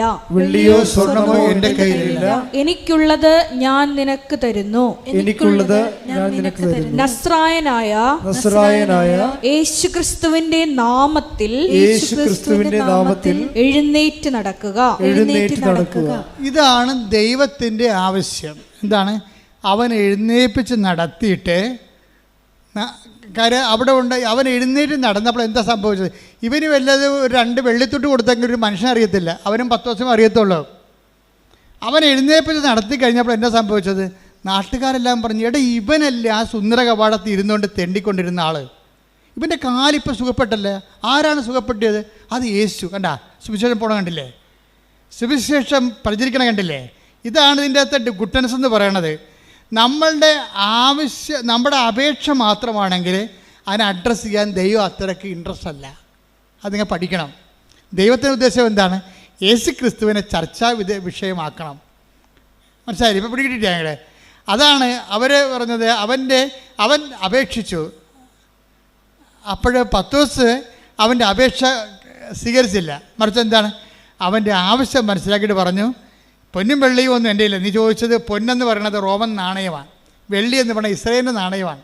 അപ്പോൾ റോമാക്കാരൻ്റെ നാണയം എൻ്റെ കയ്യിലില്ല, ഇസ്രായേൽക്കാരൻ്റെ നാണയം എൻ്റെ കയ്യിലില്ല, എൻ്റെ മനസ്സിലെ കാലിയാണ്.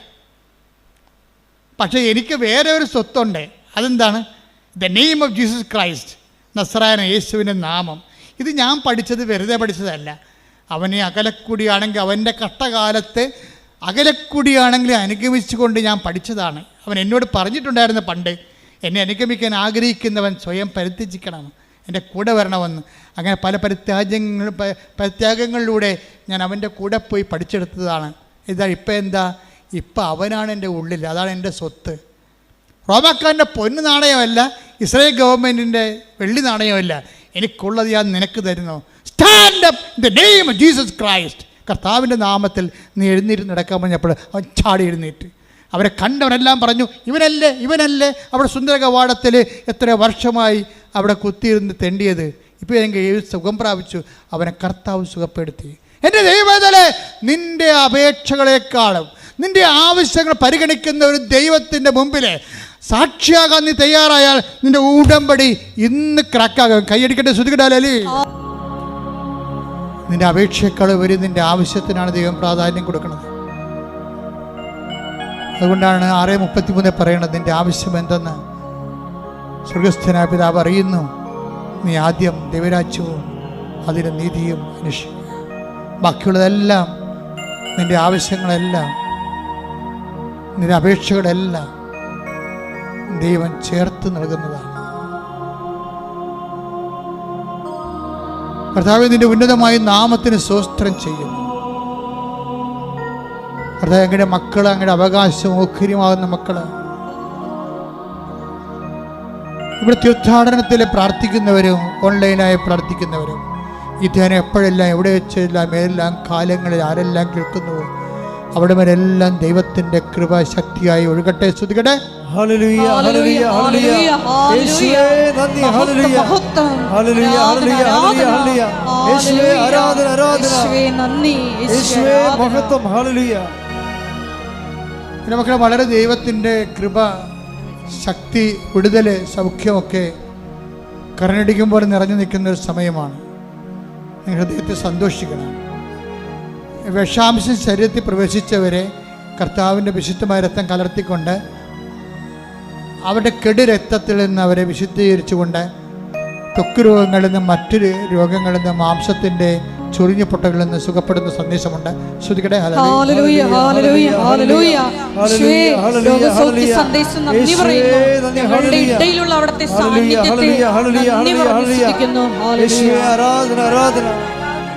കർത്താവേ, നിന്റെ വിശുദ്ധ പൗരോഹിത്യത്തെ മഹത്വപ്പെടുത്തണമേ. കർത്താവേ, സഭയിലുള്ള സാന്നിധ്യം പ്രകടമാക്കണമേ. ഈശോ മുടന്തനെ പോലെ ക്രിസ്തുവാണ് എന്നെ സുഖപ്പെടുത്തിയതെന്ന് നാട് മുഴുവൻ പറഞ്ഞു നടക്കുമ്പോൾ, അവനെ നേരത്തെ അറിയാമായിരുന്നവനെ അവന് സംഭവിച്ച മാറ്റങ്ങൾ തിരിച്ചറിയുമ്പോൾ ജനങ്ങളും രാജ്യങ്ങളും ക്രിസ്തുവിലേക്ക് തിരിച്ചു വരാൻ വേണ്ടി ദൈവമേ ഞങ്ങളെ സുവിശേഷത്തിന്റെ ഉപകരണങ്ങളാക്കണമെന്ന് പ്രാർത്ഥിച്ചുകൊണ്ട് ശ്രദ്ധിക്കട്ടെ.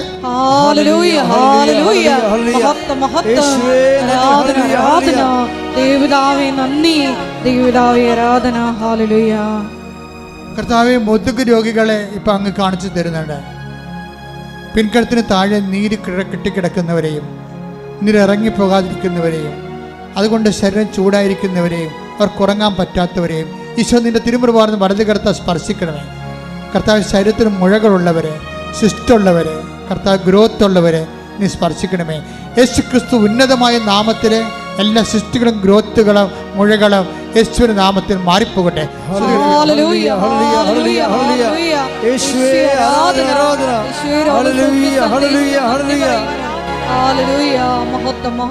കക്ഷത്തിനും മടക്കുകളിലും കാലിനും മടക്കുകളിലും ചൊറിഞ്ഞു പൊട്ടുകയും അത് അലർജി ആവുകയും വെള്ളപ്പാണ്ടാടെ മാറുകയും ചെയ്യുന്ന വ്യക്തികളെ കർത്താവ് സൗഖ്യപ്പെടുത്തിക്കൊണ്ടിരിക്കുന്നു. കർത്താവ് നിന്റെ തിരുമുറിവാർന്ന് അണിപ്പെടുതാർന്ന വലതുകരം ഓരോ മകളുടെ മേലും വെക്കണമെന്ന് പ്രാർത്ഥിക്കുന്നു. കണ്ണ് സന്ധ്യബന്ധങ്ങളിൽ കർത്താവിനത്വം നിറയട്ടെ. മാംസപേശികളിൽ കർത്താവിനത്വം നിറയട്ടെ. ഉച്ചമുതൽ ഉള്ളംകാല് വരെ കർത്താവിനത്വം നിറയട്ടെ. എല്ലാ രോഗങ്ങളും മാർഗ രോഗങ്ങളും യേശുക്രിസ്തു നാമത്തിൽ, യേശുക്രിസ്തുവിന്റെ വിശുദ്ധമായ രക്തത്താൽ എല്ലാ അലർജികളും യേശുവിന്റെ നാമത്തിൽ മാഞ്ഞു പോകട്ടെ. ശ്രുതിക്കട്ടെ.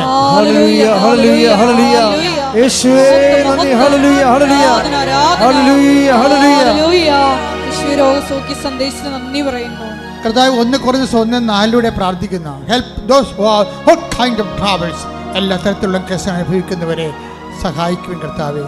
കർത്താവ് ഓരോ തരത്തിലും ക്ലേശം അനുഭവിക്കുന്നവരെ കർത്താവേ അങ്ങ് അവർക്കെല്ലാം വേണ്ടി പ്രാർത്ഥിക്കുന്ന കർത്താവേ.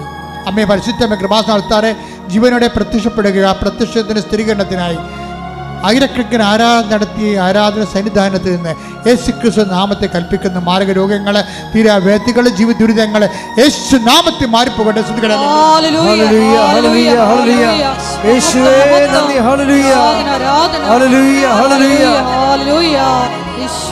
കർത്താവേ, ജോലിയില്ലാത്തവര്, വീടില്ലാത്തവര്, വിവാഹം ഒത്തുവരാത്തവര്, വഴിയില്ലാത്തവര്, ഇൻ്റർവ്യൂവിന് തോറ്റവർ, പരീക്ഷയിൽ തോറ്റവർ, ഇൻ്റർവ്യൂ പ്രതീക്ഷിക്കുന്നവർ, അല്ല റിസൾട്ട് പ്രതീക്ഷിക്കുന്നവർ, കർത്താവെ ജോലി പ്രതീക്ഷിക്കുന്നവർ, നാട്ടിലേക്ക് തിരിച്ചു പോരാൻ ആഗ്രഹിച്ചിട്ട് വരാൻ പറ്റാതെ കുടുങ്ങിപ്പോയവർ, വിദേശത്ത് ജയിലിലായവർ, നാട്ടിൽ ജയിലിലായവർ, എല്ലാം വ്യത്യസ്തമായ കേസിൽ അകപ്പെട്ടിരിക്കുന്നവർ, വിവാഹം മോചനത്തിനുമുള്ള കേസ് കൊടുത്തിരിക്കുന്നവർ, ഒന്നിച്ച് താമസം വീണ്ടും ആഗ്രഹിക്കുന്നവർ, അവിടെ എല്ലാം കർത്താവിൻ്റെ കരുണം, മാതാവിൻ്റെ പ്രത്യക്ഷീകരണത്തിൻ്റെ സ്ഥിരീകരണത്തിൻ്റെ സാക്ഷികളാകാൻ ദൈവത്തിൻ്റെ ശക്തി ഒഴുകട്ടെ. ശ്രുതിയുടെ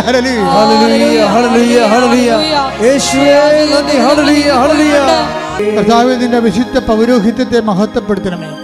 38 വർഷം ഞാൻ അർപ്പിച്ച കൃപാന്റെ യോഗ്യതയാൽ, കൃപാസാൽത്താരെ ജീവനോടെ പ്രത്യക്ഷപ്പെട്ട പരിശുദ്ധ അമ്മയുടെ മാധ്യസ്ഥത്താൽ മക്കളില്ലാത്തവർ നീ ആശീർവദിക്കണമേ, വിവാഹം ഒത്തുവരാത്തവർ നീ ആശീർവദിക്കണമേ, ഭവനങ്ങളില്ലാത്തവർ നീ ആശീർവദിക്കണമേ, കേസ് അകപ്പെട്ടിരിക്കുന്നവർ നീ ആശീർവദിക്കണമേ, പലതരത്തിലുള്ള ചീത്ത സ്വഭാവങ്ങളിൽ തെറ്റായ ബന്ധങ്ങൾ അകപ്പെട്ടിരിക്കുന്നവരെ നീ ആശീർവദിക്കണമേ. ജപ്തിയും അതുപോലെ തന്നെ സ്ഥലം വിൽക്കാനുള്ളവർ, അതുപോലെ തന്നെ ആധ്യാത്മികമായ തകർച്ച വന്നവർ, ആധ്യാത്മികമായ പാപകരമായ ജീവിത അവസ്ഥകളിൽ കുടുങ്ങിപ്പോയവർ, എല്ലാ മാരക പാപങ്ങളും ജീവിത സാഹചര്യങ്ങളും യേശു ക്രിസ്തുവിന്റെ നാമത്തിൽ ഡെലിവർ ആകട്ടെ. ശ്രുതിയുടെ ഹല്ലേലൂയ. മാതാവ് ജീവനോടെ പ്രത്യക്ഷപ്പെട്ടിട്ട് ദുരന്തമുണ്ടാകുമ്പോൾ പ്രാർത്ഥിക്കണമെന്ന് ആവശ്യപ്പെട്ടുകൊണ്ട് ആ പ്രാർത്ഥനയുടെ ബലമായി, പ്രാർത്ഥനയുടെ ഭാഗമായി ഉടമ്പടി നൽകിയിട്ടുണ്ടെങ്കിൽ നമ്മളെ കരയാതിരിക്കാൻ വേണ്ടി തന്നെയാണ്.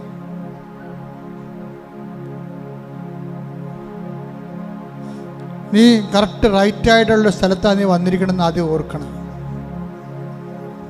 വിത്ത് റൈറ്റ് ഇൻറ്റൻഷൻ. ദൈവം അത് നിന്നെ മാനിക്കും. നിന്റെ നിയോഗങ്ങളെ, എൻ്റെ നിയോഗങ്ങളെ കർത്താവ് മാനിക്കാൻ പോകുന്നു, എന്നെ സുവിശേഷത്തിൻ്റെ സാക്ഷിയാക്കാൻ പോകുന്നു. പറഞ്ഞേ, എൻ്റെ നിയോഗങ്ങളെ കർത്താവ് മാനിക്കാൻ പോകുന്നു, എന്നെ സുവിശേഷത്തിന്റെ സാക്ഷിയാക്കാൻ പോകുന്നു. ആവർത്തിച്ച് പറഞ്ഞേ, എൻ്റെ നിയോഗങ്ങളെ കർത്താവ് മാനിക്കുന്നു, എന്നെ സുവിശേഷത്തിന്റെ സാക്ഷിയാക്കാൻ പോകുന്നു. വീണ്ടും പറഞ്ഞേ, എൻ്റെ നിയോഗങ്ങളെ കർത്താവ് മാനിക്കുന്നു, എന്നെ സുവിശേഷത്തിന്റെ സാക്ഷിയാക്കാൻ പോകുന്നു. മൗനമായി പ്രാർത്ഥിക്കുക. ഇന്ന് ഇത്രയും വളരെ ഫെസ്റ്റിവലായിട്ടുള്ളൊരു ദിവസമാണ്. ആ ഫെസ്റ്റിവലും കാർണിവലും ഒന്നും നോക്കാതെ കർത്താവിൻ്റെ തിരുസേനയിൽ നീ വന്നിട്ടുണ്ടെങ്കിൽ നിൻ്റെ വിശ്വാസം വലുത് തന്നെയാണ്. ദൈവം തീർച്ചയായിട്ടും മാനിക്കും.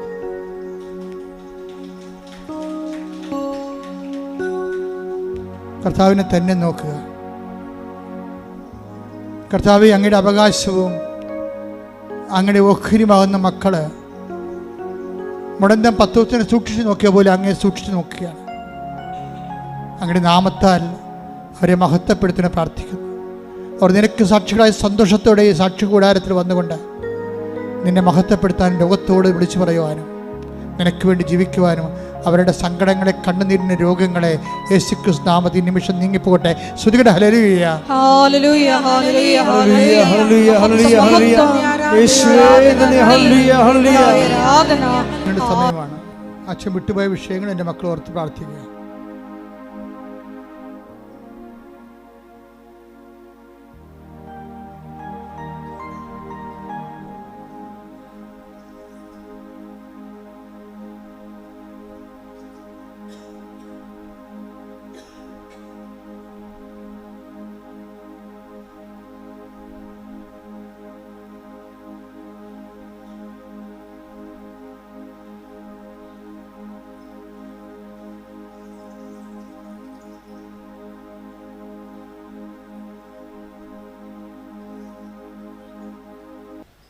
സമാപന ആശീർവാദമാണ്. ഒരിക്കൽ കൂടി മരിയൻ ഉടമ്പടിയിൽ സമർപ്പിച്ചിരിക്കുന്ന എല്ലാ വിഷയങ്ങളും, നമ്മുടെ ജീവിതത്തെ നൊമ്പരപ്പെടുത്തുന്ന എല്ലാ വിഷയങ്ങളും ദൈവമാതാവിൻ്റെ മധ്യസ്ഥതയിൽ ദിവ്യകാരുണ്യ സന്നിധിയിൽ സമർപ്പിച്ചുകൊണ്ട് നമുക്കൊരു നിമിഷം മൗനമായിട്ട് പ്രാർത്ഥിക്കാം.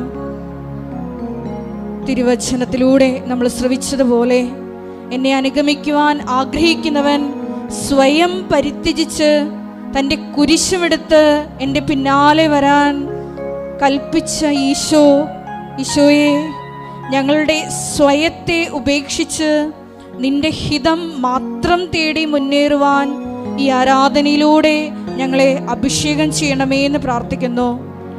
അകലെയായി നിന്നെ അനുഗമിച്ച പത്രോസിന് അവസാന നിമിഷം വരെ സ്വർഗീയ വെളിപാടുകൾ നൽകി ഈശോയെ നിന്റെ സഭ പടുത്തുയർത്തിയ ആ വലിയ കാരുണ്യത്തിന് മുമ്പിൽ ഞങ്ങൾ സ്തോത്രം ചെയ്ത് ഞങ്ങളെയും ഈശോയെ ലോകത്തിന് കൊടുക്കുവാൻ പ്രാപ്തരാക്കണമേ എന്ന് പ്രാർത്ഥിച്ചുകൊണ്ട് ശിരസ് നമിച്ച് നമുക്ക് ദിവ്യകാരുണ്യ നാഥന്റെ ആശീർവാദം സ്വീകരിക്കാം.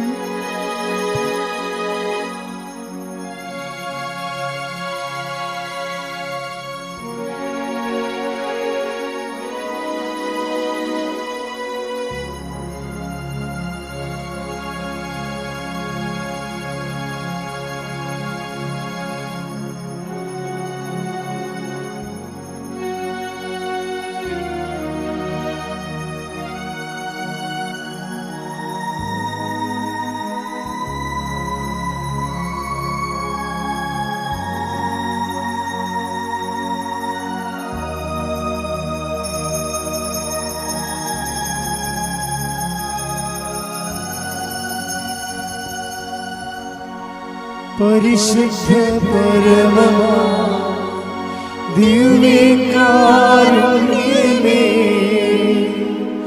എന്നുമെന്നും അങ്ങേക്ക് ആരാധന. പരിശുദ്ധ പരമമാ ദിവ്യകാരുണ്യമേ,